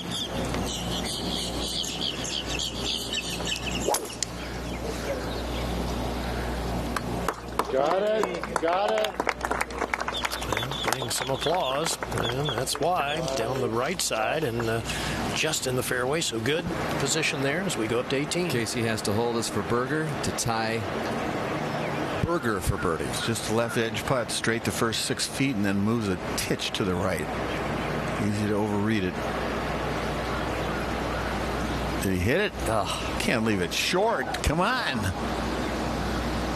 So disappointing par it'll be for Casey at 18. That is brutal to leave that short. He played this Monday, Johnny, at +2 after just lighting it up with 4 birdies in the portion of the final round yesterday. So Casey's going to come up short, but still he's on that good line of coming back fully to the game's elite. He's not in the field at Doral, Casey, but a top 4 finish today would likely jump him into the world top 50. So Casey could see him down in Miami this week. Holter off the tee at 16. That's got to be headed left. Look out. Caddy might have said, keep it left. We don't have only got 1 ball left. That's quite the challenge on these 3 closing holes. All right, Patrick Reed going with long iron. Which he did yesterday. And again, the way to play it, Gary, in a perfect world is down that right side. That will shorten the hole and get you near the flagstick. Not so much how far you hit it down the fairway.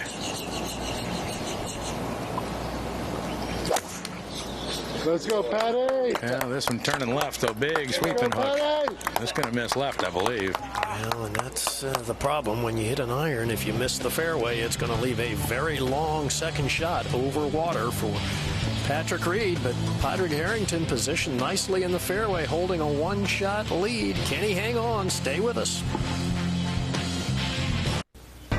The Honda Classic is brought to you by the Honda Pilot. Start something special.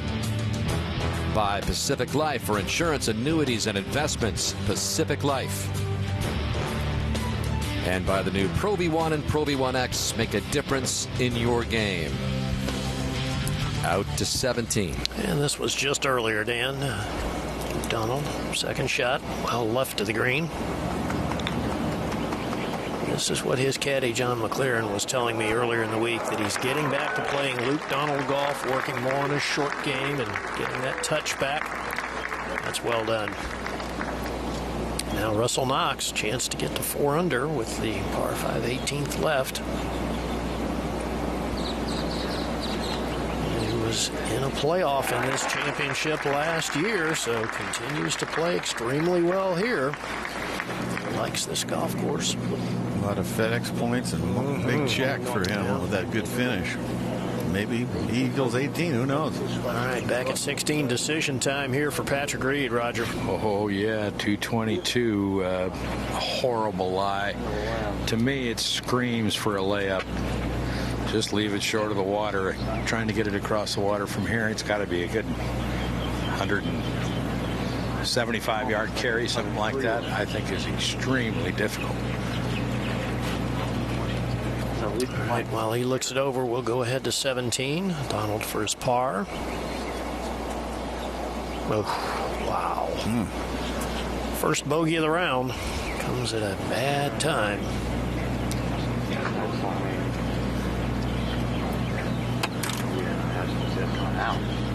Remember last year, Rory hit it in the water. Yeah, he did, out of the fairway bunker. And they double. This is, if he's trying to go for it, this is, I think, in response to going in the water on the hole before, making double. Well, he's changed clubs. You don't need to compound your errors, though, John. Yeah, I know. That's what I'm saying. But I think if he would have parred the last hole, he probably would lay it up and make a hard par. But this has got a great chance to go in the water. Make it come out. Well, he said he thinks he can get it to come out of there. Boy, a lot of times, Rod, from this kind of lie, it's a low diver. It just doesn't stay in the air.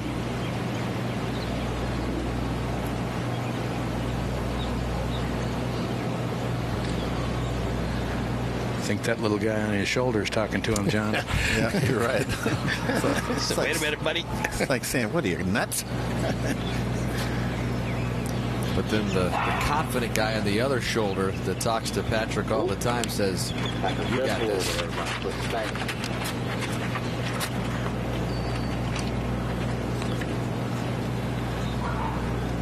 I don't like his chances. Well, this is the tournament for him right here.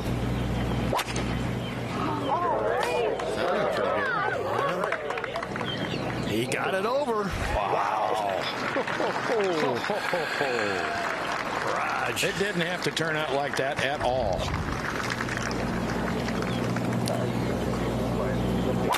Another look from above. Man, he went at that hard. Actually got the ball to come up and carry. Stayed it in the air for a long time. Helps to have those powerful forearms, doesn't it, Johnny? It does, and he got a nice sound out of it. It didn't sound muffy when he struck it. So big shot. And a big shot for Harrington as well. Hey, 200 left to the hole for Harrington. Hole over on the right-hand side. It's not a great angle from here. You got to try to put it left to the hole into the center of the green, Gary. If you get it close here, you have taken on a tough shot.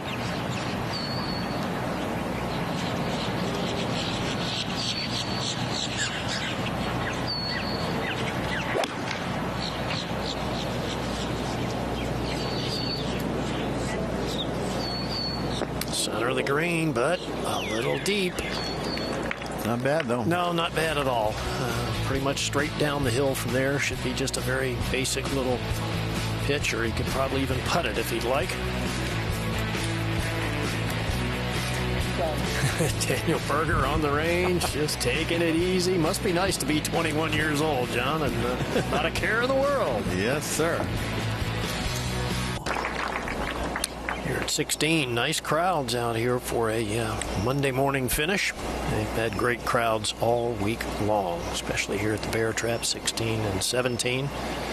Grandstands have been full. So we go up to 18. So many players in this final round who have had chances at one time or another. Certainly Nicholson was on that list before things got away a little bit, but finishing up here at 18. Off back-to-back bogeys at 16 and 17 that dropped him all the way back to even. Back to 16. And the struggles for Ian Poulter continue, Raj. Yeah, and he has to contend with here that lower bowl on the left-hand side of the green. The upper, higher, deepest part into the green is something he has to factor in. I think he's got to pitch it on top of that, and then it's going to move to his right.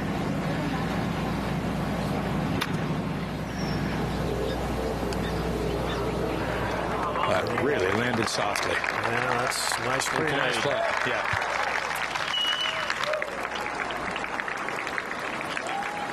To 18. First round leader, which seems like about 2 years ago, Jim Herman finishing up with a birdie. Shot that 65 on Thursday and closes with a 1-under round of 69. So a good tournament for Jim Herman with 2 birdies in the last 3 holes. Bones going through the read with his man Phil Mickelson, trying to finish under par after at one point in this final round getting it to 5 under, but that was before 4 bogeys since. Now make it 5 in this final round after he got it to 5 under. And without a single birdie until nope, not going to happen here either. Wow, just cold yanked it. It's just a left center putt. Back to 16. Patrick Reed's third. Pitch it across the corner of that little slope. And wanders on away, so lengthy putt left for a par. There is the youngster, Daniel Berger. He mentioned his dad, the director of the men's tennis for the USTA. He's actually in Scotland with the Davis Cup matches for the United States. So he's been tracking his son's progress here online on the internet. He says, I don't know much about my golf swing. I just know it goes far and straight. That's a pretty nice thing to know that you can do. As we go back to 16 and watch Harrington prepare for his third shot. And, you know, we talk about how far he's fallen, Dan, in the world rankings and the struggles he's had. Actually in this week on a sponsor exemption. Taking advantage of that opportunity. Dropped all the way, Gary, to 385th in the world last November. He was once the 3rd-ranked player in the world as recently as 6 years ago. Yeah, he had the yips with the driver. He couldn't find the world with the tee ball. And then the short game went haywire, too. Putting just lost it. He's trying to hit down on this, Gary. Well, Raj, have you had a chance to look at the lie? Has it nestled down a little bit? A little bit. He had putter out originally. Changed his mind. There's a brow that comes into the green on the backhand side here that's going to kick it to the right pretty quick. So he's really done a very nice job with it. It was an awkward little shot and well played.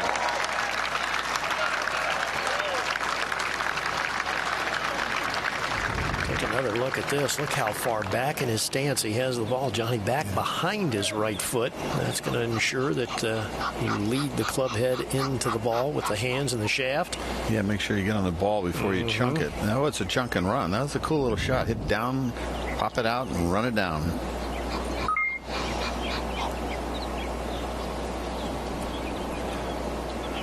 So par putts for the final 3, and I think Patrick Reed is away, Raj? I think he is. I think he'll be faced with a putt that moves a little to his left. He is, well, he's done a marvelous job of getting the ball up and down and managing his game, because he missed a lot of fairways and put himself in some funny places, and has really worked hard to save par really throughout the tournament.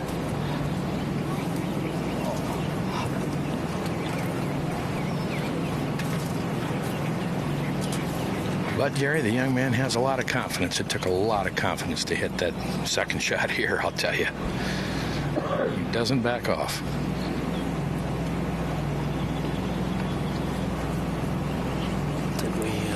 Seen players miss to the left with a lack of speed. A little bit like that. That's been the tendency from that part of the green.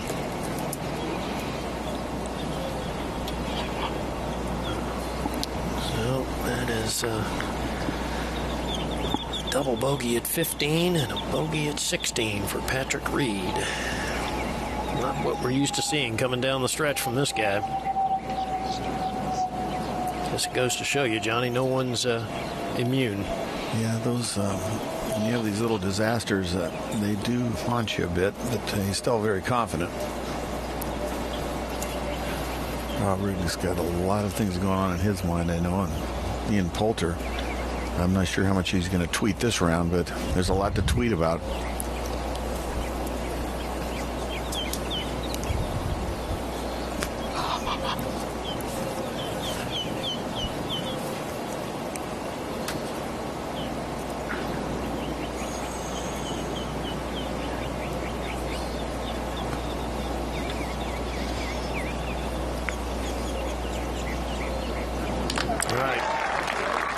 Good save, but he and Poulter started this final 9 holes at 8 under par, and now he's himself just 3 under par for the tournament.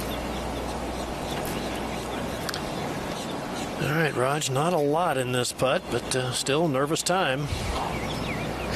Yeah, you just wonder how the memory banks are. I mean, these kind of putts were not simple for him yesterday. He missed a number of short putts, maybe not quite this short, but definitely had a tendency to kind of come up and out of him, trying to almost guide him into the hole. Missed him right. But the guy's a proven winner, 14 times on the European Tour. 3 major championships.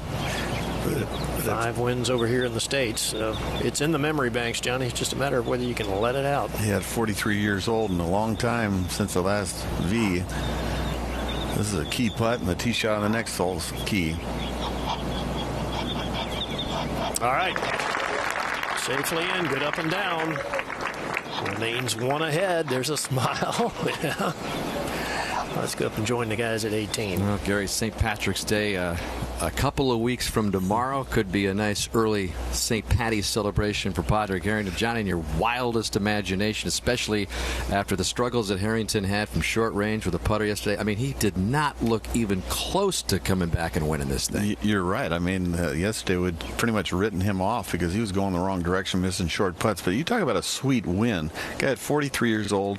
He's gone through the bottom dregs of golf, so to speak, from a 3-time major champion winner to sort of almost embarrassing, and just stuck with it. And if he can hit a good tee shot, make par at 17, he should be able to waltz in and beat Berger by 1. We shall see. So this is Russell Knox, who has to hold this from 105 yards to have a chance to get to the 600 number. It's a favorable wind if he wants to hold it. Coming off birdie at 17. Likes it. It was looking good in the air. He's like, I needed to make that. So the man who was in the playoff last year is officially out of it. And we go back to 17. And we have seen 3 balls in the water. Actually, Mickelson's tee shot was in the hazard, but he was able to play it. So not an easy hole location, that front left, Raj. Man's a very precise shot if you go at the flagstick. Well, he hit a good one at 15. Here's the deal. You don't have to go at the flagstick. I agree. I would think you'd want to be looking 15 or 20 feet right of the hole. Absolutely. When Jack Nicklaus said yesterday that he doesn't take on the flag here, that he tries to get it into the center of the green, that's good enough for me. I think that's a pretty good play.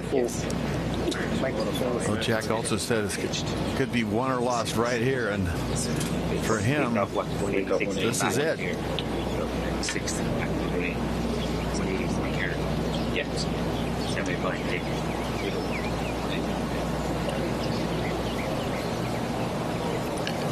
The accounting mind of Padraig Harrington never really shuts down. And that's his longtime caddy, Roman Flood. So they've been together for quite some time. Guys, I've got to get a bit of space there. Thank you. Thanks, Ian. Just watch your sharpness there. Come a little bit more. Sorry? I'm coming over a little bit more. I got a little bit more now. You happy with this, yes? Yeah, I think I have the right club. Yes. I'm happy you do.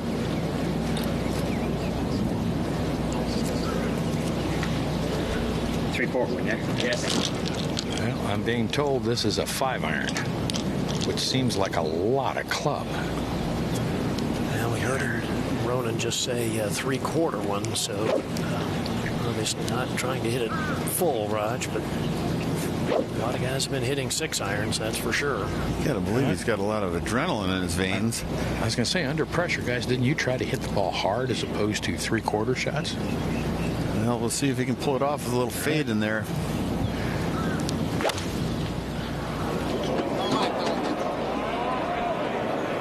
A lot of mumbling. That's going right. Oh, no. Wow. It might be Berger time. I think Daniel Berger just got off of his back over the practice tee. Huh? Yeah, he's up, warming up. Man, you have got to be kidding me. Well, the three-quarter shot trying to play a fade, and you could tell, Johnny, the ball just started right of where he needed it to. I mean, and it has a big cut to it. I think he was trying to hit a little squeeze cut, but not a push cut. That is brutal right there. He knew it right away. And even on this calmest of calm days that we've seen in the Bear Trap in years, that's what can happen. We can see the look on his face. It's just crestfallen. You know, it would have been such a sweet win for him. He's not out of it totally, but he's got to get it up and in for a bogey. First time he's hit the ball in the water. I think Daniel Berger just got a text from somebody. Maybe Dad. Yeah. In Scotland. You talk about an upset win. If he were to win, it would match the second largest comeback in PGA Tour history, Johnny. Stuart Sink at the 2004 Heritage was also 9 off the lead heading in to the final round. This game will rip your heart out sometimes. He's got to gird his loins, so to speak, and make a tough a bogey.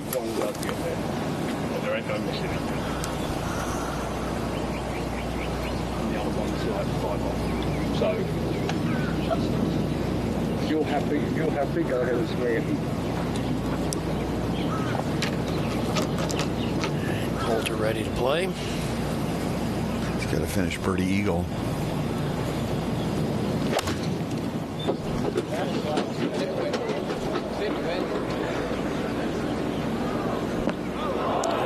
Good start. It's in their hole high, about 18 feet away, and Patrick Reed still there. Needs to finish birdie to get to 6 under.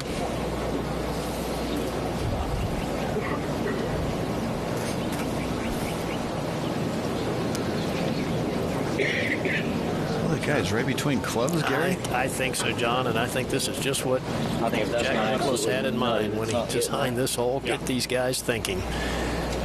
Get tour players thinking, and oftentimes they overthink.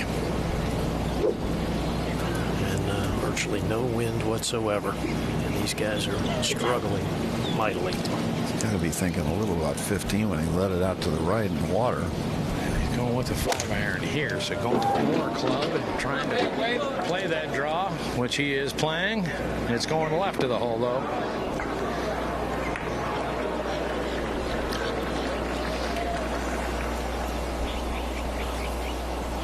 Up at 18. And Russell Knox to get to 5 under, just one back of Berger with a clubhouse lead at 6 under. Well done for Russell Knox, who has another great tournament week at the Honda Classic. He loves this Champions course. High finish in the offing for Russell Knox, currently in a tie for 3rd with Paul Casey.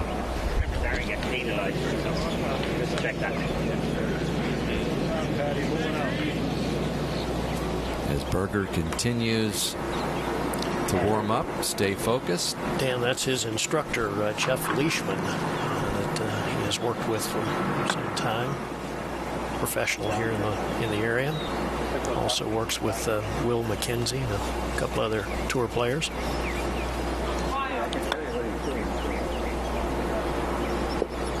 So now they go to the drop circle, Raj, in the drop zone. Shot of approximately 120 yards or so. Yeah, 121 we have it as. You just wonder how he can get refocused after something like that. I mean, that's just, you just have to question yourself as a player, where you go, what were you thinking? How could you do that? But yet you have to rebound, have to get in the moment, and have to play your next shot. It's tough.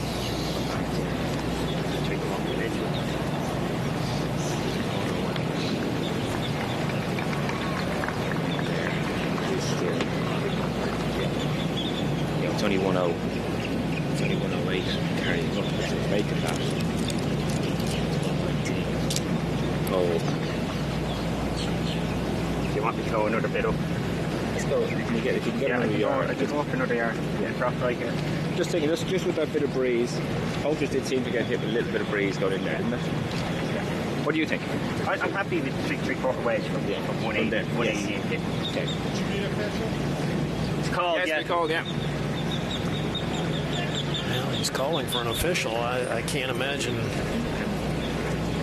Roger, what the issue is. I can't either. It's just a drop zone. I mean, I guess, could you be asking if they're playing, since they're playing lift clean in place, that this would be considered through the green? Can I place in here? Or so, yeah, close that's to what one he's area, asking. actually. Yeah, that's what he's asking. Yeah.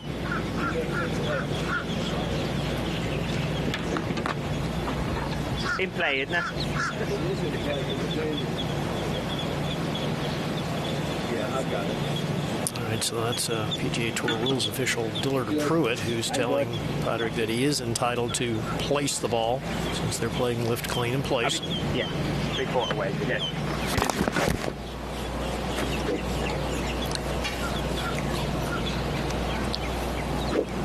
Much shorter shot, Raj, but you still have to be very precise. Yeah, it's not so much from this distance wide, right or left. You're worried about short or long. Neither one of which is particularly good. Certainly short is no good.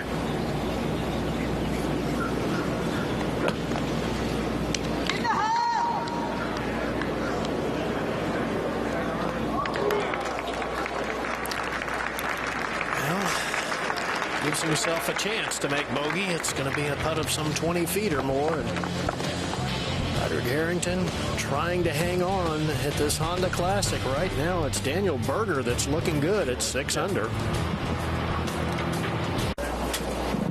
Daniel Berger over there, as we mentioned, has plenty of support, family and friends, getting a hug from his mother, Nadia, as he is wondering if he is going to be a PGA Tour winner outright after these final groups get in, or if he will be a part of a playoff. And that's Patrick Reed's second at 17, so he's going to make a par most likely. Looks like he'll need to eagle the 18th, reach that 6 under number. Got a great short game, doesn't he? He's got a lot of shots, John. No question. Good touch around the green, good putter.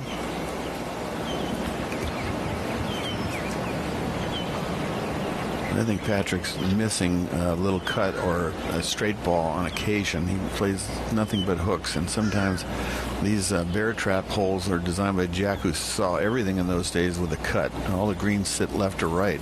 It's tough to hit that hook into that angle. But that's a tiny critique of him because he's awfully good.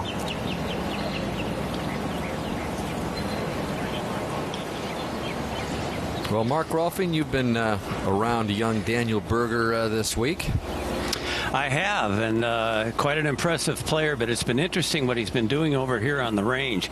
Not bashful at all about knowing exactly what's going on. And I talked to his instructor, Jeff Leishman, and he was over there hitting 20 and 30-yard pitch shots. And I said, are those shots that maybe he would expect to have to play in a playoff? And he said, no, basically all I'm trying to do right now is distract him.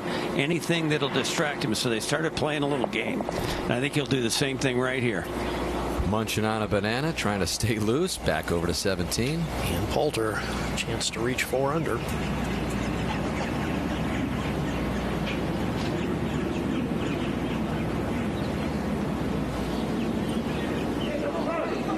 does. So an eagle at 18 moves him to 6 under. I just don't know if he'll have the firepower to reach. That would be an appropriate ending to Poulter's day, wouldn't it? Yes, it would. Eagle the last and tie Berger at 6 under. And that would just end the final round again. He'd be playing on. Depending on what happens with Harrington here. Remember, Harrington still has the par 5 left. So he could even double this hole, drop to 5 under, and birdie 18 and still be at that 6 under number.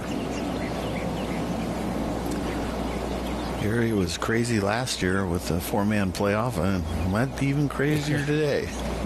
You know, even with what happened last year, it doesn't even begin to match the process of watching these final rounds over the last couple days. Look at that feat of putts made for Harrington. And you don't have to be an accountant to know that that's impressive.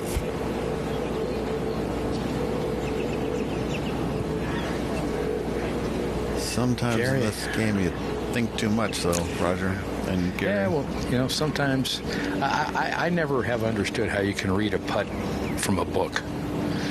You know, it's in front of you. It's what your eyes tell you, what experience tells you. You could get very general ideas, I think, from charting, but each putt, you know, you move this putt 6 inches in either direction, it's going to react a little differently. A helicopter now flying by, so that'll slow things up. But you know, see a lot of players do that now. You know, really rely on charts and whatnot, and I just really have not quite understood it.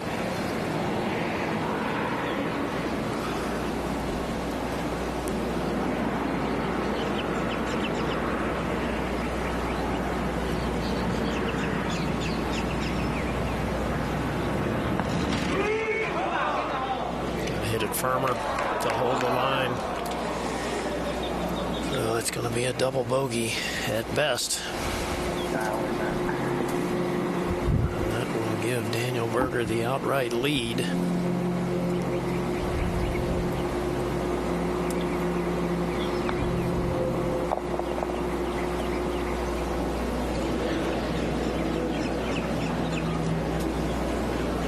Putt for Reed. Stay at 4 under with the par 5 left.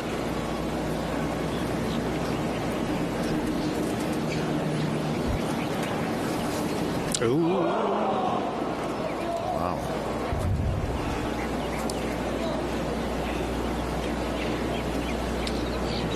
And that takes Reed out of it. Really hard to imagine. Made the birdie at 14 to get to 7 under and tie the lead, and has gone double bogey, bogey, bogey since.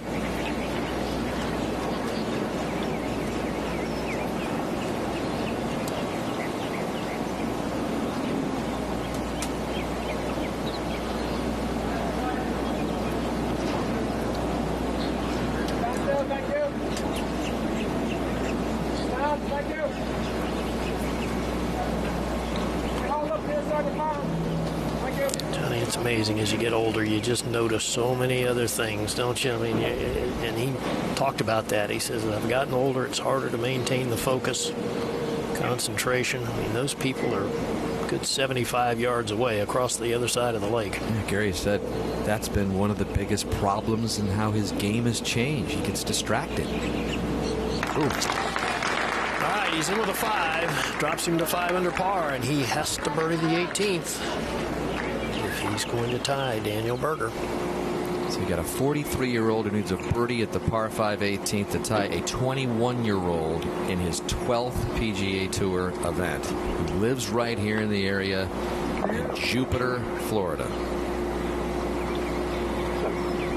So as Harrington makes his way over to the par 5 18th, so just one group left to play the par 5 18th. Harrington needs birdie to get to the 6 under number. Well, it's a definite birdie hole, no doubt about that. You can play it a couple different ways. And Poulter needs an eagle to get to that same 6 under number. Poulter, I don't think he has the firepower to reach in 2. He'd have to do it with a hole out short. Harrington's got a little more distance.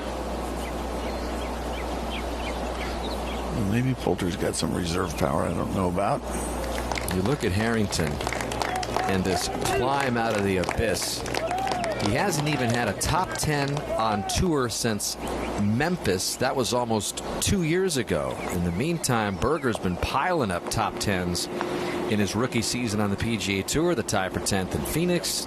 Another tie for 10th at Pebble Beach. Tied for 13th at the Sony in his first year on the PGA Tour.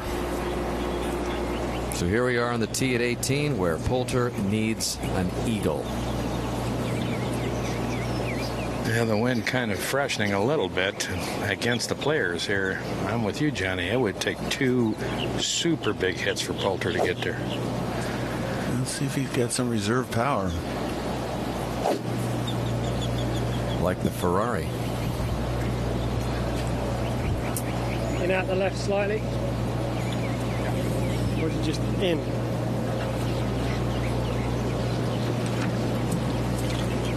Actually, just in. Okay. Yeah.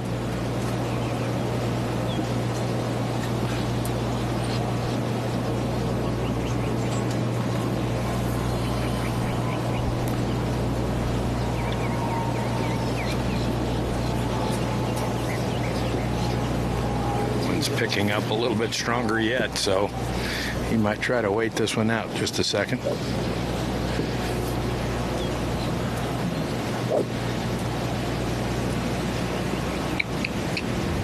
Settle down.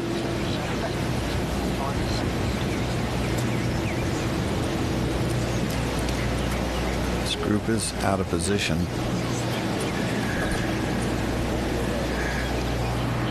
Yeah, this is taking a while, John, but in some ways I don't fault him, because with this wind condition now, he cannot get there. So he's trying to let this blow itself out a little bit. Let's just hit it at the camera tower. I think.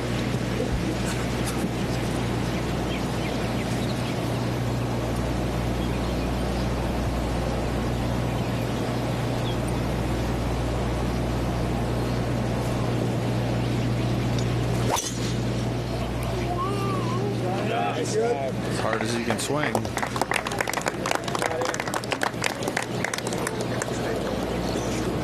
Good shot.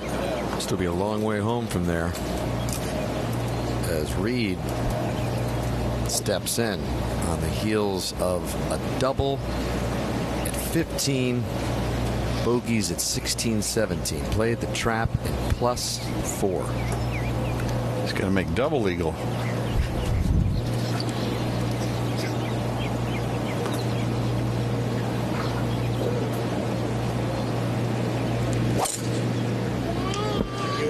Hitting that hard hook. Solid tee shot here, right to left.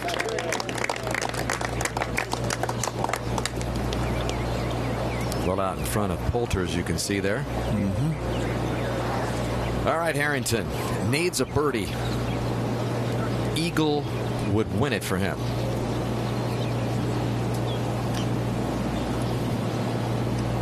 Be really interesting if he can hit a really nice tee shot, because this could go anywhere.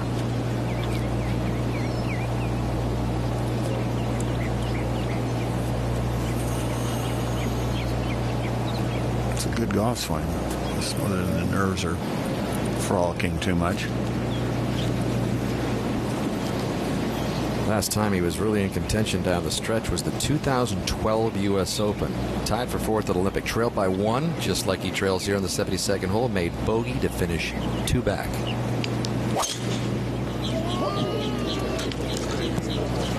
That's not going to hit the fairway.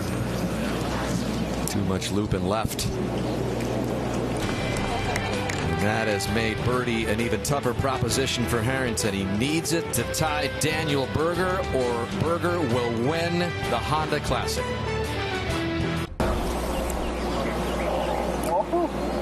So there's Daniel Berger, who has been waiting for a while. He finished at 9:50 a.m. at 6 under. More than an hour later, he takes the outright lead for the first time all week without hitting a single shot. That is a kind of wacky final round we've seen spread out over the last 2 days here at PGA National. And he could be the guy that rises above all of these stars.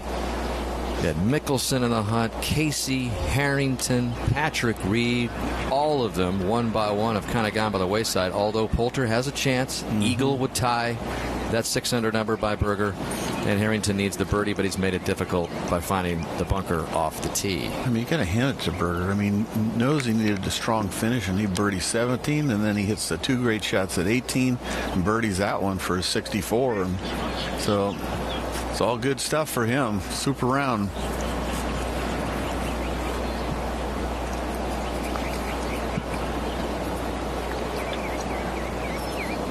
It's a very nice day to score. There's no doubt about that. Live clean in place, light winds, perfect greens. You know, the only thing tough was the rough was really thick with that moisture.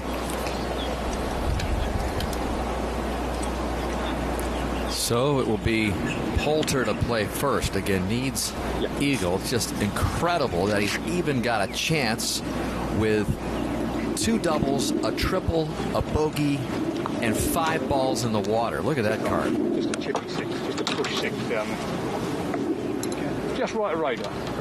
You can't actually reach the first one. He's going to have to hole a lengthy third because he's got 301 left to the hole, so this isn't going to get there. Yeah, he's laying up with like a 5 iron or something, 5 or 6.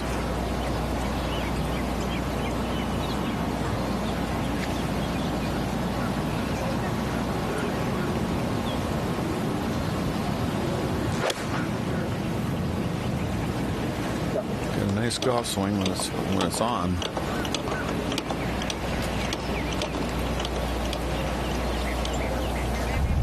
Don't go very far. Hit the 5 on that. 178. 78. I just playing.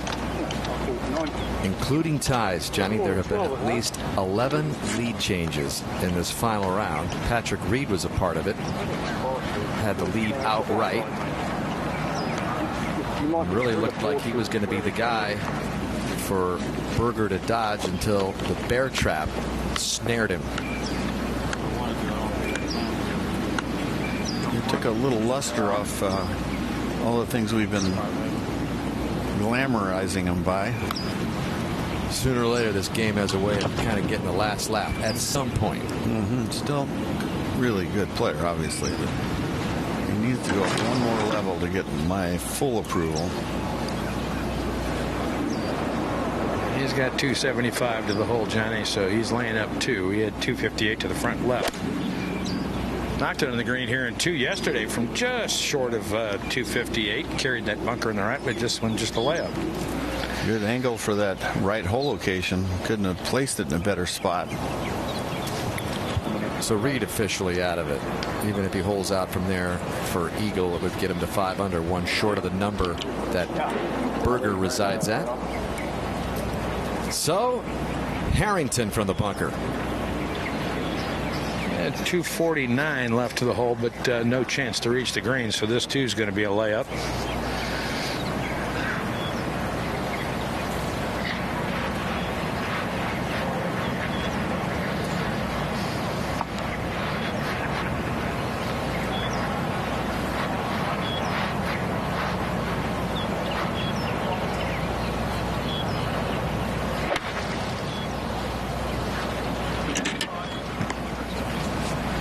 Good strike. Very flush. All right, so needs to get it up and down from there to tie Berger. So let's take a look at some of the highlights, the lowlights, as this final round has been kind of all over the place. This was Berger late in the day yesterday with his 3rd at 11. That's how he ended the day, getting it to 4 under with his 5th birdie. So play was suspended because of darkness. And then the tee shot for Berger at 17. Plays that high cut. This coming after a string of pars. Put him in position to get it to 5 under on the last leg of the bear trap. Hasn't been missing anything inside 10 feet, and that continues right there. So still it kind of looked like Berger was on the outside looking in until this second shot at 18 absolutely ripped from 245.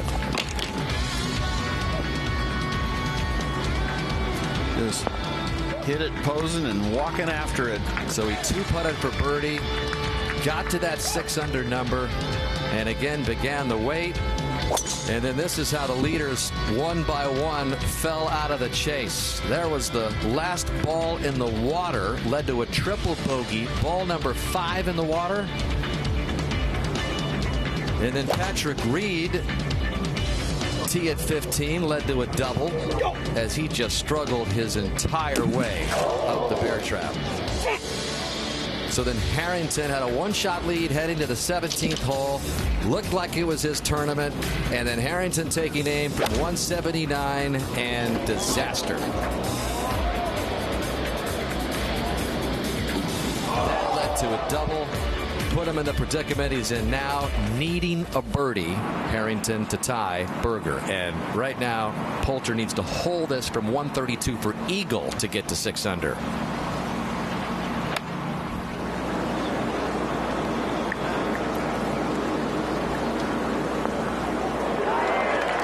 So Poulter's officially out of it, and then there were 2 left with a chance, Harrington and Berger.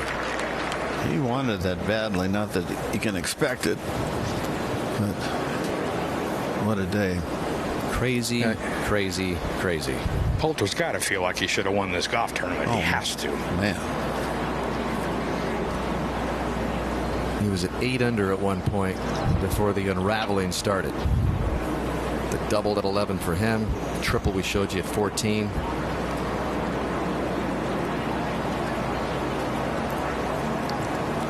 Good angle, Roger.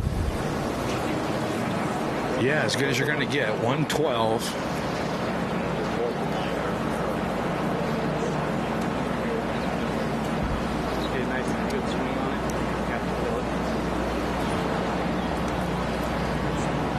And I got to say, Johnny, with the disappointments of the last 3 holes, he still goes about his business in a super confident fashion. I mean, he could have shot 78 today. I mean, it was just all over the place off the tee.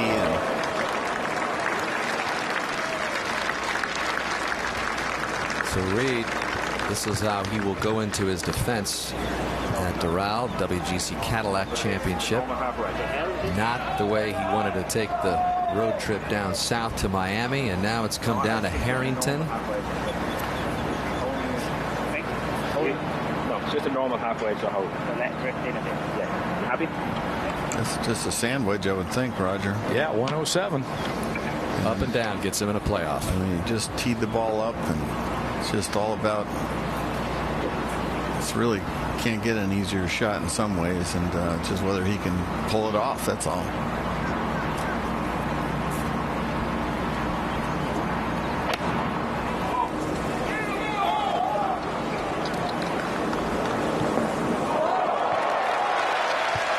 So that'll be the putt that will either give Harrington a chance for his first PGA Tour win in 7 years, or will give Daniel Berger the title at the age of 21.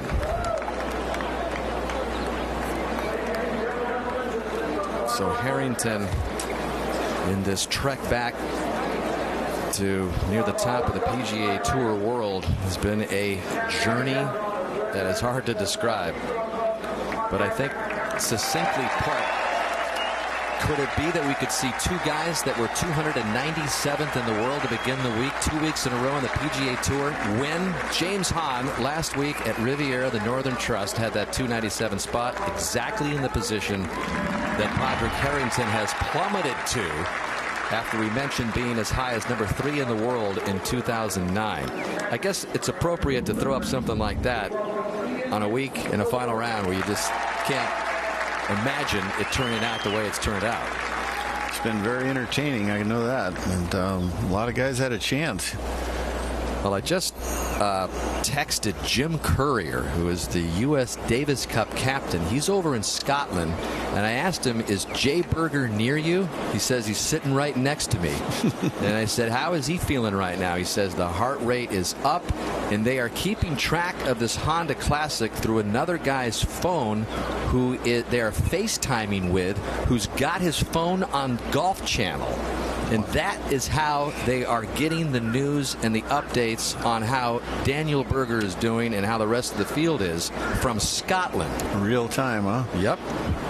Technology can be a wonderful thing, especially if your dad, 4,200 miles away in Scotland, wishing you were here, but his obligations with the Davis Cup team has him in Scotland as his son is on the cusp of winning in his 12th PGA Tour event. Well, he only has to dodge one bullet, Roger. That's Padraig Harrington, Berger. By the way, Berger's the 173rd ranked player in the world.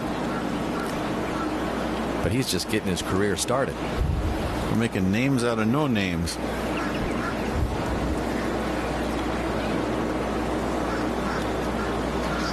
Johnny, look where Padraig is. He's clear on the other side of the bunker in front of the green, trying to get down low to read his putt from the side. He's got so much energy right now. Oh, man. This putt doesn't do much the first bit, Roger, but it'll move a titch right at the second. Yeah, I would think Padraig would be paying close attention. A little different line, but it's got to give him some idea what's going to happen around the hole. There's that little bit of right, which I guess either pushed it or didn't see.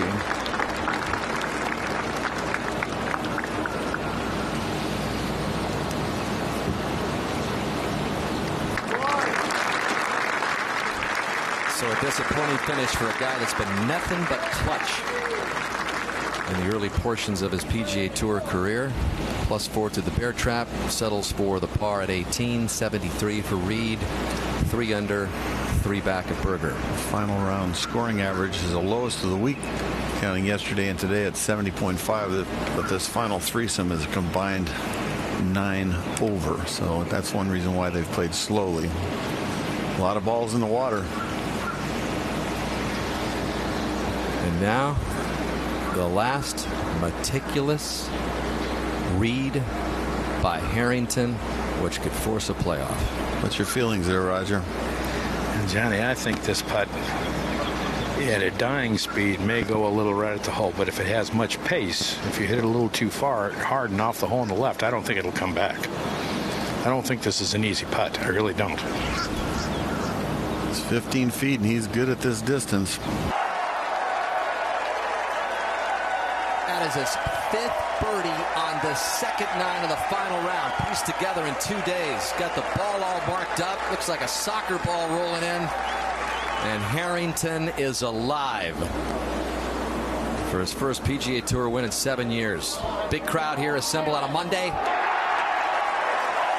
lights up the PGA National Gallery, and Harrington lives for at least another hole.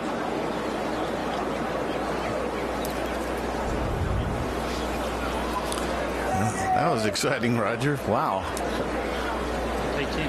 I really didn't think he was going to make it, John. I really didn't. I thought it was a tough read and it would have been an easy one to miss left. Great putt. You got to give it to him. He made a good stroke and a good read.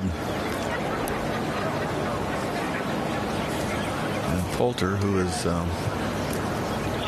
makes his for 74.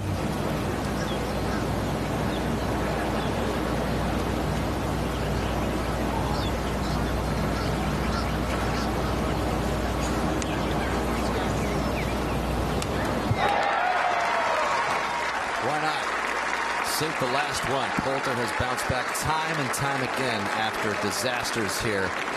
So after all that carnage by Poulter, he ends up birdieing the last 2 and is just 1 short of the playoff. If you can believe that. 5 balls in the water and he loses by 1. I can't believe much of anything that's happened on this final round. What we do know is that Padraig Harrington at age 43 has got himself in a sudden death playoff. They'll start at the 18th, go to 17, back to 18 if necessary. One more look at the Harrington birdie that got him into the playoff. 10 years ago, he won this tournament for the first of his PGA Tour wins in 2005. Can he do it again? Well, if the second leg of our Florida swing is half as entertaining as this been, the Trumpster's in for a treat when the tour heads down. Top 50 players in the world to his place at Trump National Doral. It's where Patrick Reed rose to the occasion with another one of his 4 victories. Called himself a top 5 player in the world. Well, he just stumbled down the stretch here at the Honda, but we look forward to another WGC down at Doral with Donald Trump and all the great work they've done down at the Blue Monster. Gil Hance had our first look at it last year, and certainly is an entertaining place, as that is the next stop on our NBC Golf Florida swing. And now you've got Harrington and Berger being driven out to the tee at 18 to begin this playoff. It's the 8th playoff in Honda Classic history, and again for the second week in a row a tour playoff at the 6 under number. So let's try to even add some more perspective to what we've seen. Harrington and Berger emerge as the playoff duo. Poulter who had the 54-hole lead. 74 for him, just one off the playoffs number at 600. Paul Casey was right there as well. Russell Knox had a strong finish. He was a part of the 4-man playoff, just outside of it this year. Jim Herman, the first-round leader, 69, solid top 10 finish for him. Luke Donald trying to regain his winning ways as well. Another good one for him. And Phil Mickelson tied for 17th after starting the round at tied for 5th. We're going to play 18, 17, 18. Okay?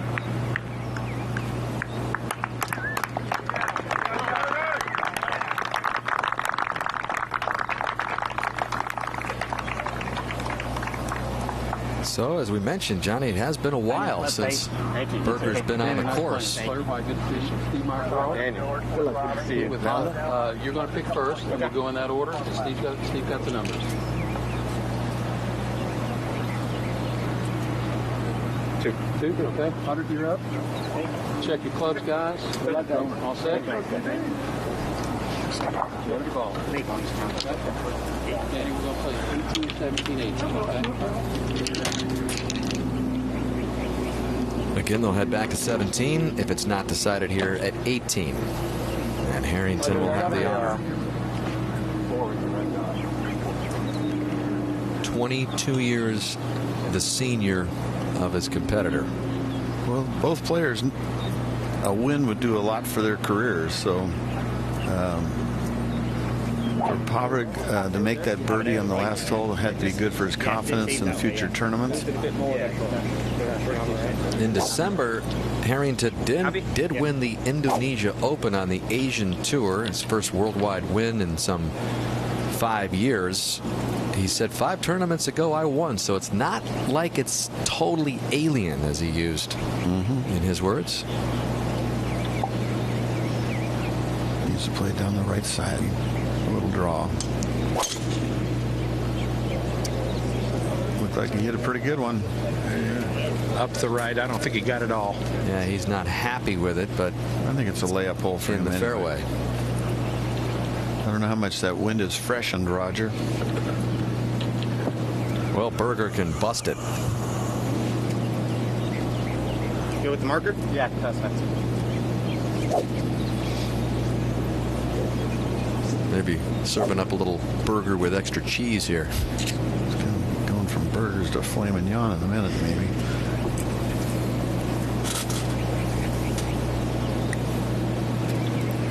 Right at that bunker in the distance with a just straight or a baby cut for him. That's his shot, and just rip it out there.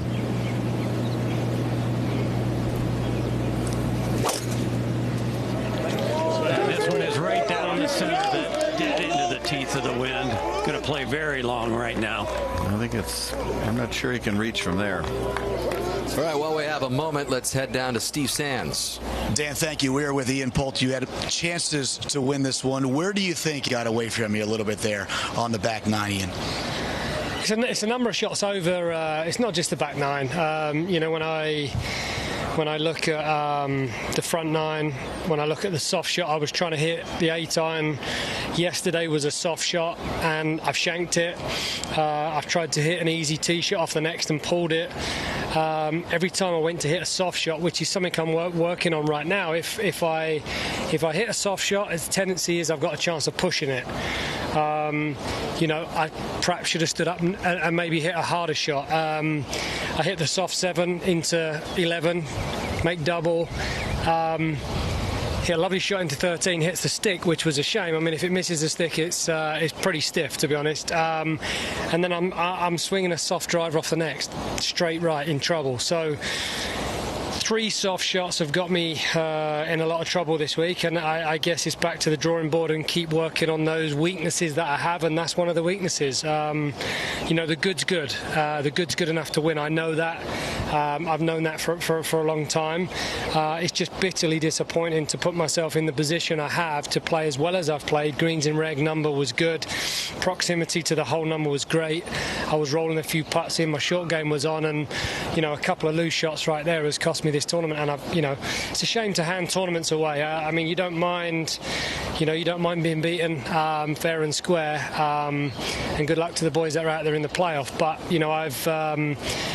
I've handed one away this week, and it's going to hurt because making making triples and doubles just doesn't get it done, and it's a shame. I shouldn't do that. I mean, I don't make a bogey in round 3, and it's pretty flawless, and then 3 soft shots have cost me. We appreciate the time as always. Thanks, Ian. Absolute pleasure, Steve. Dan, Johnny, back to you guys. Pretty classy of Poulter to give that detailed assessment when you know he's going through some bitter disappointment, but that pretty much summed it up. Yeah, I mean, a lot of players would be in the car right now, so yeah, I hand it to him for facing it like a man. He'll be in the Ferrari in about 2 minutes. That might soften the blow. Yeah.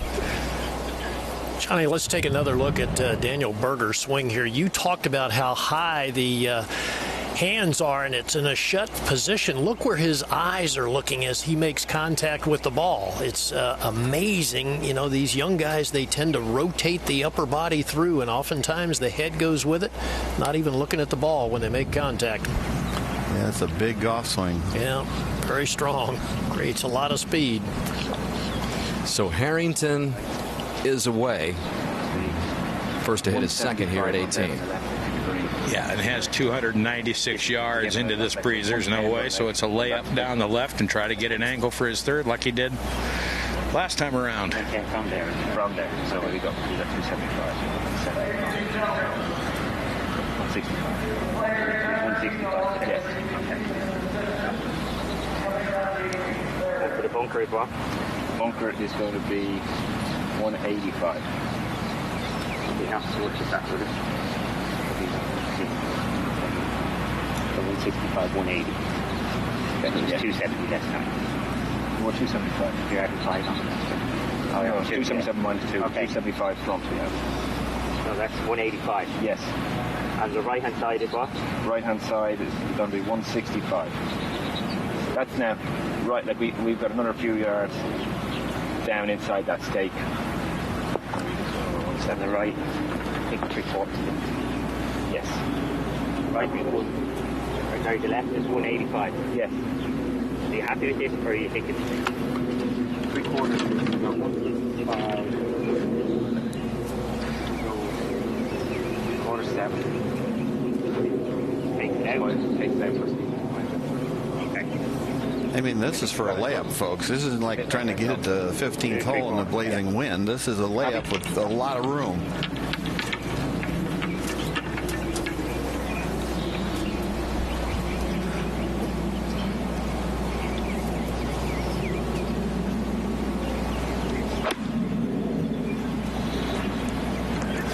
And this will be fine in the center of the fairway. Yeah, the biggest grind layup in history, huh? But he's right in a good position. So now, young Berger, Raj. Excuse me, Mark with the 21-year-old. This one is a layup also. He was about 5 yards short of being able to go for it. So both in the narrow fairway opening with some short thirds coming up to maybe decide the Honda Classic.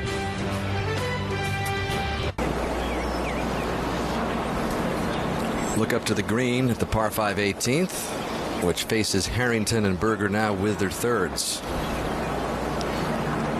By the way, the update on Daniel's father, the USTA director who's in Scotland at the Davis Cup matches with U.S. captain Jim Courier. They just told me they're on the team bus going to practice now. Now they're down to text updates as they're on their way to the arena. But again, his mom Nadia is here along with a big contingent of family and friends. Those friends, a lot of them played junior golf with Berger, some collegiately at Florida State. So he's got great support here that could witness him with this incredible comeback from 9 back going to the final round. As far as the mindset of Daniel Berger, you know, he played early.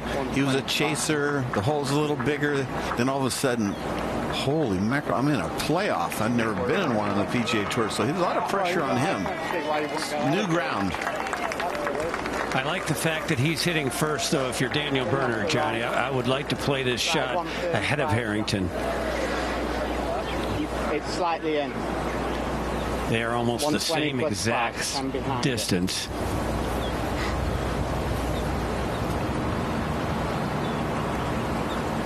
Well, let's see who's got the nerve. Old versus new.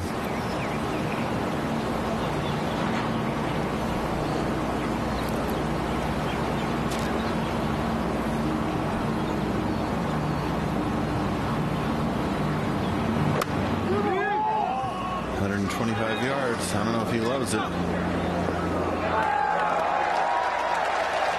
Pretty good. That's a straight putt from there. That's an easy putt. It's right down the fall line.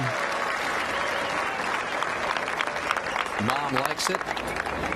After he bogeyed the 14th hole yesterday in the 3rd round, he was 11 shots back. Now Harrington.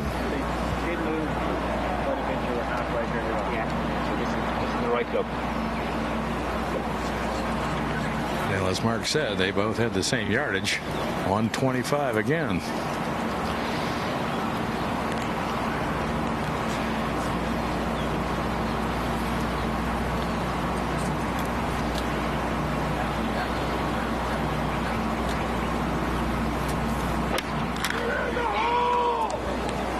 Well, this left of the hole looks a little deep as well. Well outside of Berger, but still makeable, but Harrington disappointed. He had that ball so far forward in his stance, he pulled it before he hit it. So the young 21-year-old Daniel Berger trying to join this list, make their first career victory, the Honda Classic since 2000. You look at the winners that did so, and Padraig Harrington is on that list. It was his very first PGA Tour win back in 2005. When the tournament was played across the street at Mirasol. But if Berger can pull this off at 21, he'd be the youngest winner in the 43-year history of this tournament. Rory McIlroy was 22 years old back in 2012 when he won. He currently has the record for that. So Berger in his 12th PGA Tour event. Man, I got raucous gallery right here. And the hometown crowd is cheering on Berger. Let's go Berger, they're saying.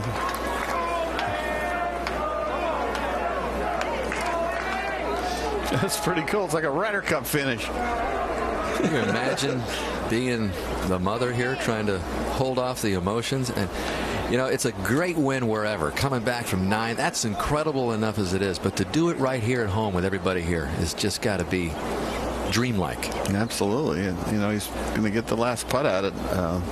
Daniel is, but I'm not sure Padraig can make this one. But we might be going more holes, Roger and Mark. We'll see.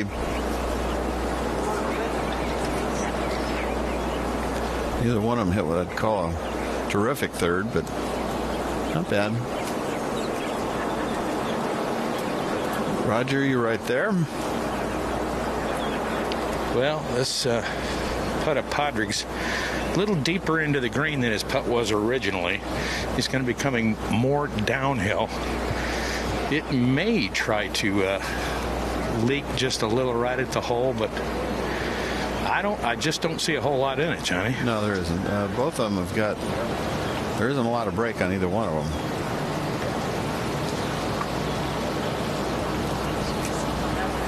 If I were Berger, I would pay a lot of attention to Padraig's putt. They are very similar. It's going to be interesting to see where Berger positions himself, Roger. Well, he probably knows his green better than anybody in the whole tournament. Probably played a lot of practice rounds here.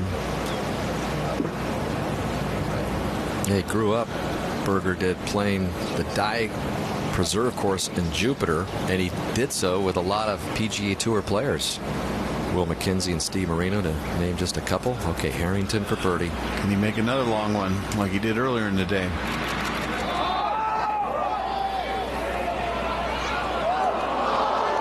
Good putt. Really straight. But that will open up the door for Daniel Berger. Dreamlike setting. Mark, what's the feeling for you there? You know, I have a pretty good feeling he's going to make it, Johnny. He saw the exact line. He got in right behind the putt after Harrington hit it. He didn't show me any sign of nerves at all coming down the stretch, playing those last 4 or 5 holes in regulation. But it's a whole nother level when you know that if this putt goes down, you are the champion. What's the length of this, Mark? About? It's probably 15 feet, but I like it because it turns in the direction that his normal shot shape is, left to right. Told his dad when he was 11 years old, this is 13 feet 7 inches, that he wanted to be a professional golfer, not tennis player.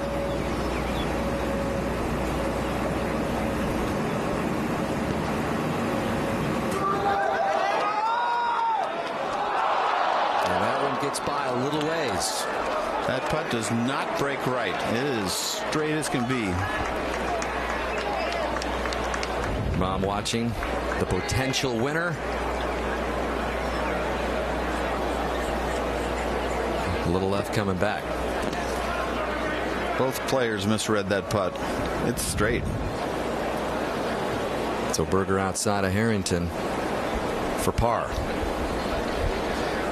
And I would think he may be actually a little more nervous on this next putt, Johnny, than he was on the first one.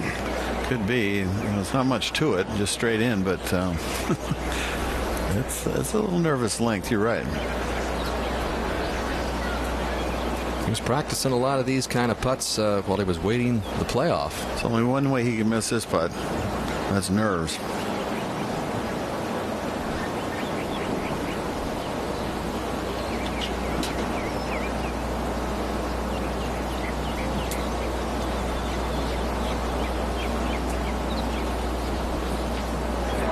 Confident stroke. So we're just one putt away from heading to the last leg of the bear trap over at 17 to continue this playoff.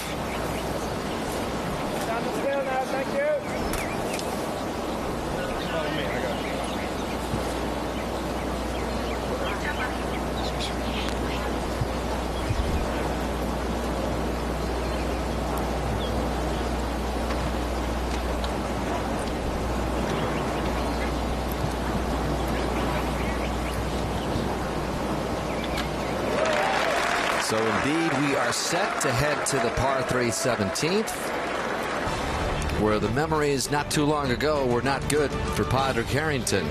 Remember the ball in the water at 17 for Harrington led to a double bogey, which forced him to make birdie to tie Berger. He's headed there again when we come back.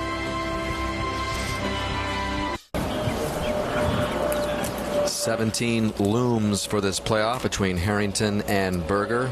A tale of 2 17s, the way they played it earlier in this final round. This was Berger. This was the good play through 17. His tee shot.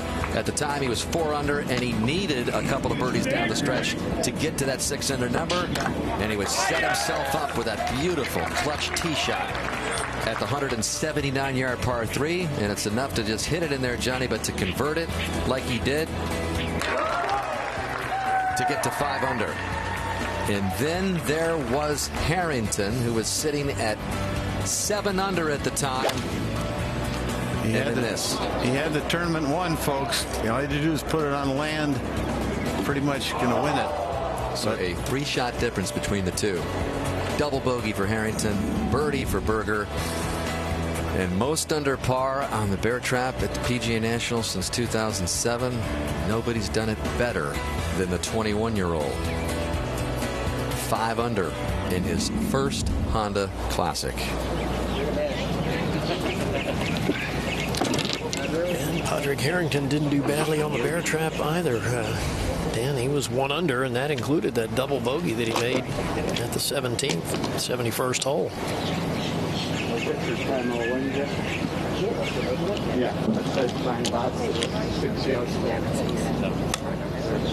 So Harrington plays first, and Raj, in this situation, I'd want to hit first. I'd want to put the ball on the green, put the pressure on my opponent. No doubt about it. You want to hit it somewhere where your opponent can see it. Right? Yeah. And you can see it. It can be interesting to see what club selection he goes with. Yeah.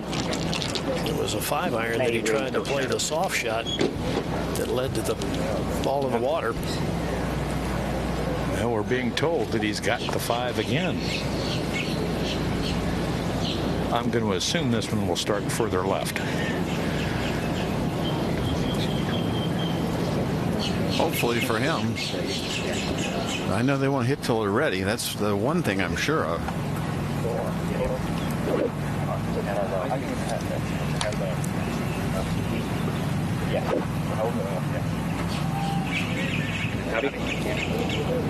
Watch your shadow there. Thank you. My shadow? Yeah. Sorry, Greg. No problem.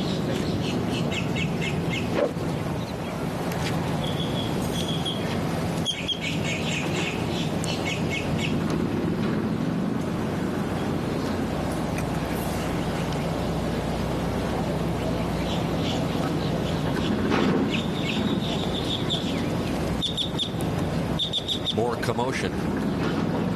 There is some kind of powered vehicle on the other side of the grandstands to his left that is starting and stopping and making quite a little bit of noise. And yeah, he's going to go again. Yeah. Someone go on the other side and tell me stop.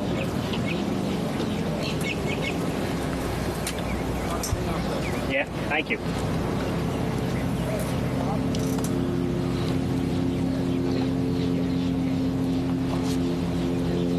Well, there's a lot of noise going on, Gary. Yeah, well, you know, in fairness to Padraig, it wasn't quiet. I mean, it was making a bit of racket, so I understand. I know we got planes going over. You got birds chirping.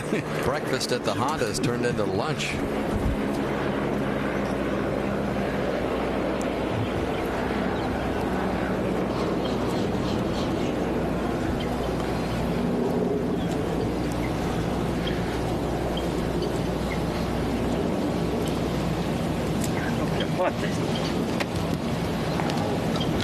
Now there's people moving behind the green. Okay, A lot of commotion here.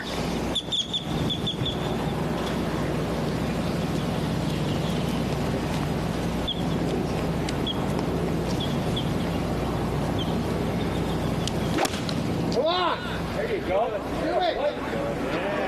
Oh, it's a great looking line here if the distance is good. Yes, it is. Best shot we have seen here at 17 in this 4th round. Got it started left that time, Johnny. Yeah, that was pure. Beautiful. Little soft cut up against the breeze. What a shot.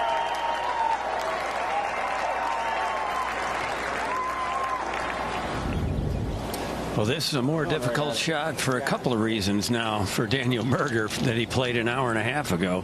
First of all, the wind is up a little bit, so it's playing longer. And second of all, now he's looking at Harrington's ball sitting up there. Straight in.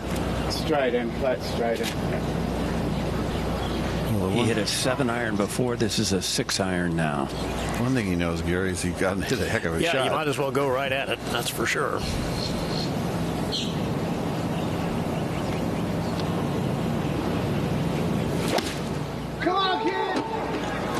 Well, this one is dangerously out to the right.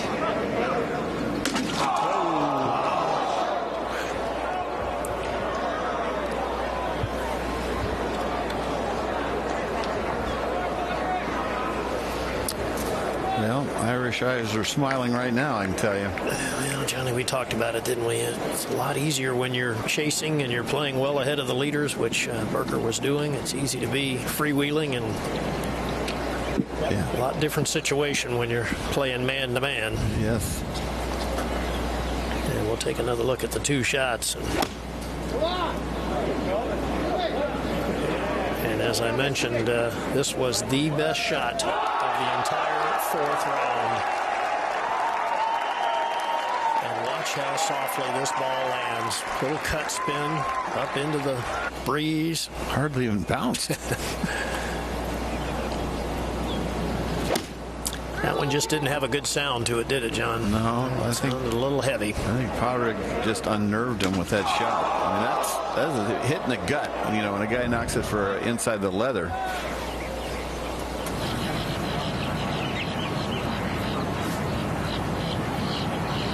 Got 109 and 11, 120. Yeah, I'll just put the wood. Just a little bit too much. Take your time now. Yeah.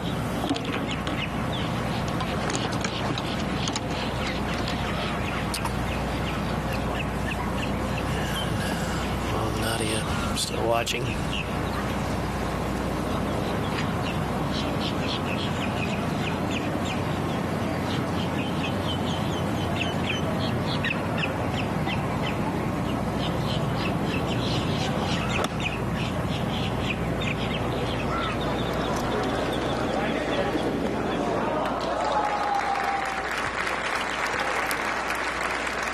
It's a good shot, but a little late. Pretty much a done deal. Almost appropriate, Gary, that you would have kind of a reversal of fortunes on this hole, in this case 17, because the whole week has kind of been like that. Guys like Poulter, who was the poster guy for it all, brilliant at times, would go down the leaderboard, come back up, and then Harrington, just when you thought that maybe that thought of a double bogey would creep into his mind at 17, he stiffs it, and as you talked about, has the best shot of the day of the final round at 17. Funny game. We've seen it from all angles this week, and a guy that examines the game from all angles is going to end up winning it in the most bizarre of ways.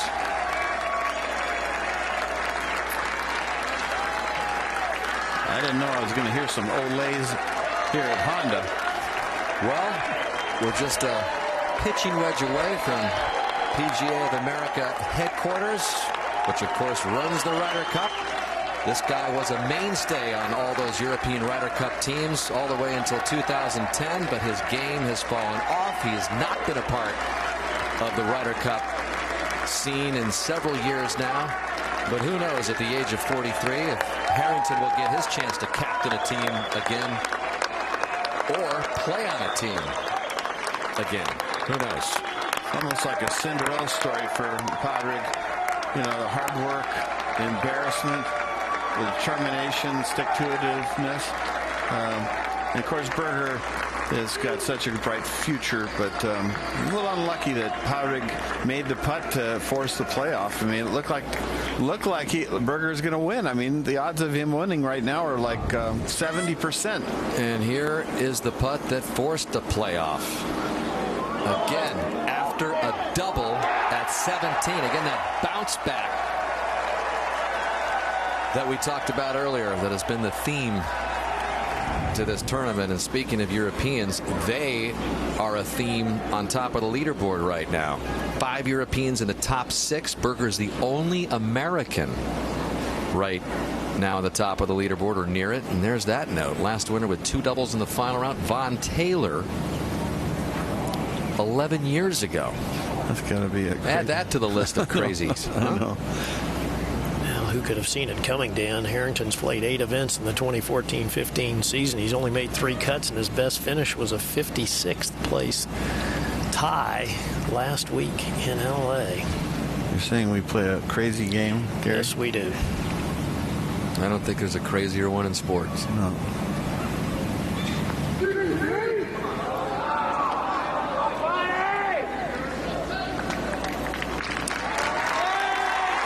Disappointing way to end it for Daniel Berger, but still, he's going to take a lot from this. A lot of FedEx Cup points, a lot of money, a lot of confidence. Clears the stage for a guy that last won a PGA Tour event 2,395 days ago. 2008 PGA Championship at Oakland Hills when Harrington was in all of his major championship glory. What a trip back it has been.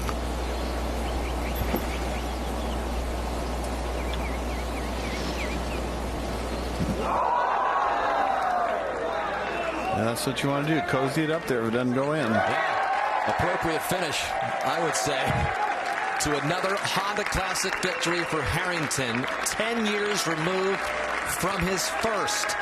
The oldest winner ever at the Honda Classic holds off a guy who is trying to become the youngest winner ever at the Honda. He has a great smile, Padraig.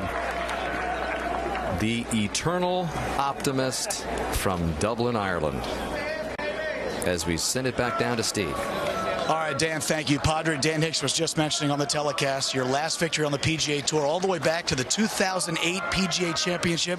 What gave you the belief that you would get back into the winner's circle? You know, I was pretty keen on my own form at different stages, but I wasn't delivering. And, you know, I'd say the last... 2012 I played well. I put it very badly, had the yips, and yeah, it was tough after that, you know. But last week I kind of found something in the mental game, as which is what's been going wrong. So, you know, I kind of stuck with that this week. It worked half the time. Sometimes it didn't work, but I'm very happy with it. And you know, the one good thing for me is, like, I won in Indonesia. What about 5 tournaments ago, and I believe it or not, when I get in contention I can hit the shots. So the problem has been actually when I'm you know, start of the week, middle of the road shots, easy shots, I'm just not hitting them. When I've got tough shots I can hit them. So I wasn't afraid once I got myself, like the last 9 holes I felt like a different person, say, to when I was 9 under par. You're a 3-time major champion, so you know what it's like to be in incredible form. How would you compare getting to the top of the world versus staying at the top of the world? You do see some changes. God, even thinking about it, like, there's, you know, you kind of go from the penthouse down to the still pretty nice hotels, but yeah, no, there's no doubt. On your way back down, it's a lot different.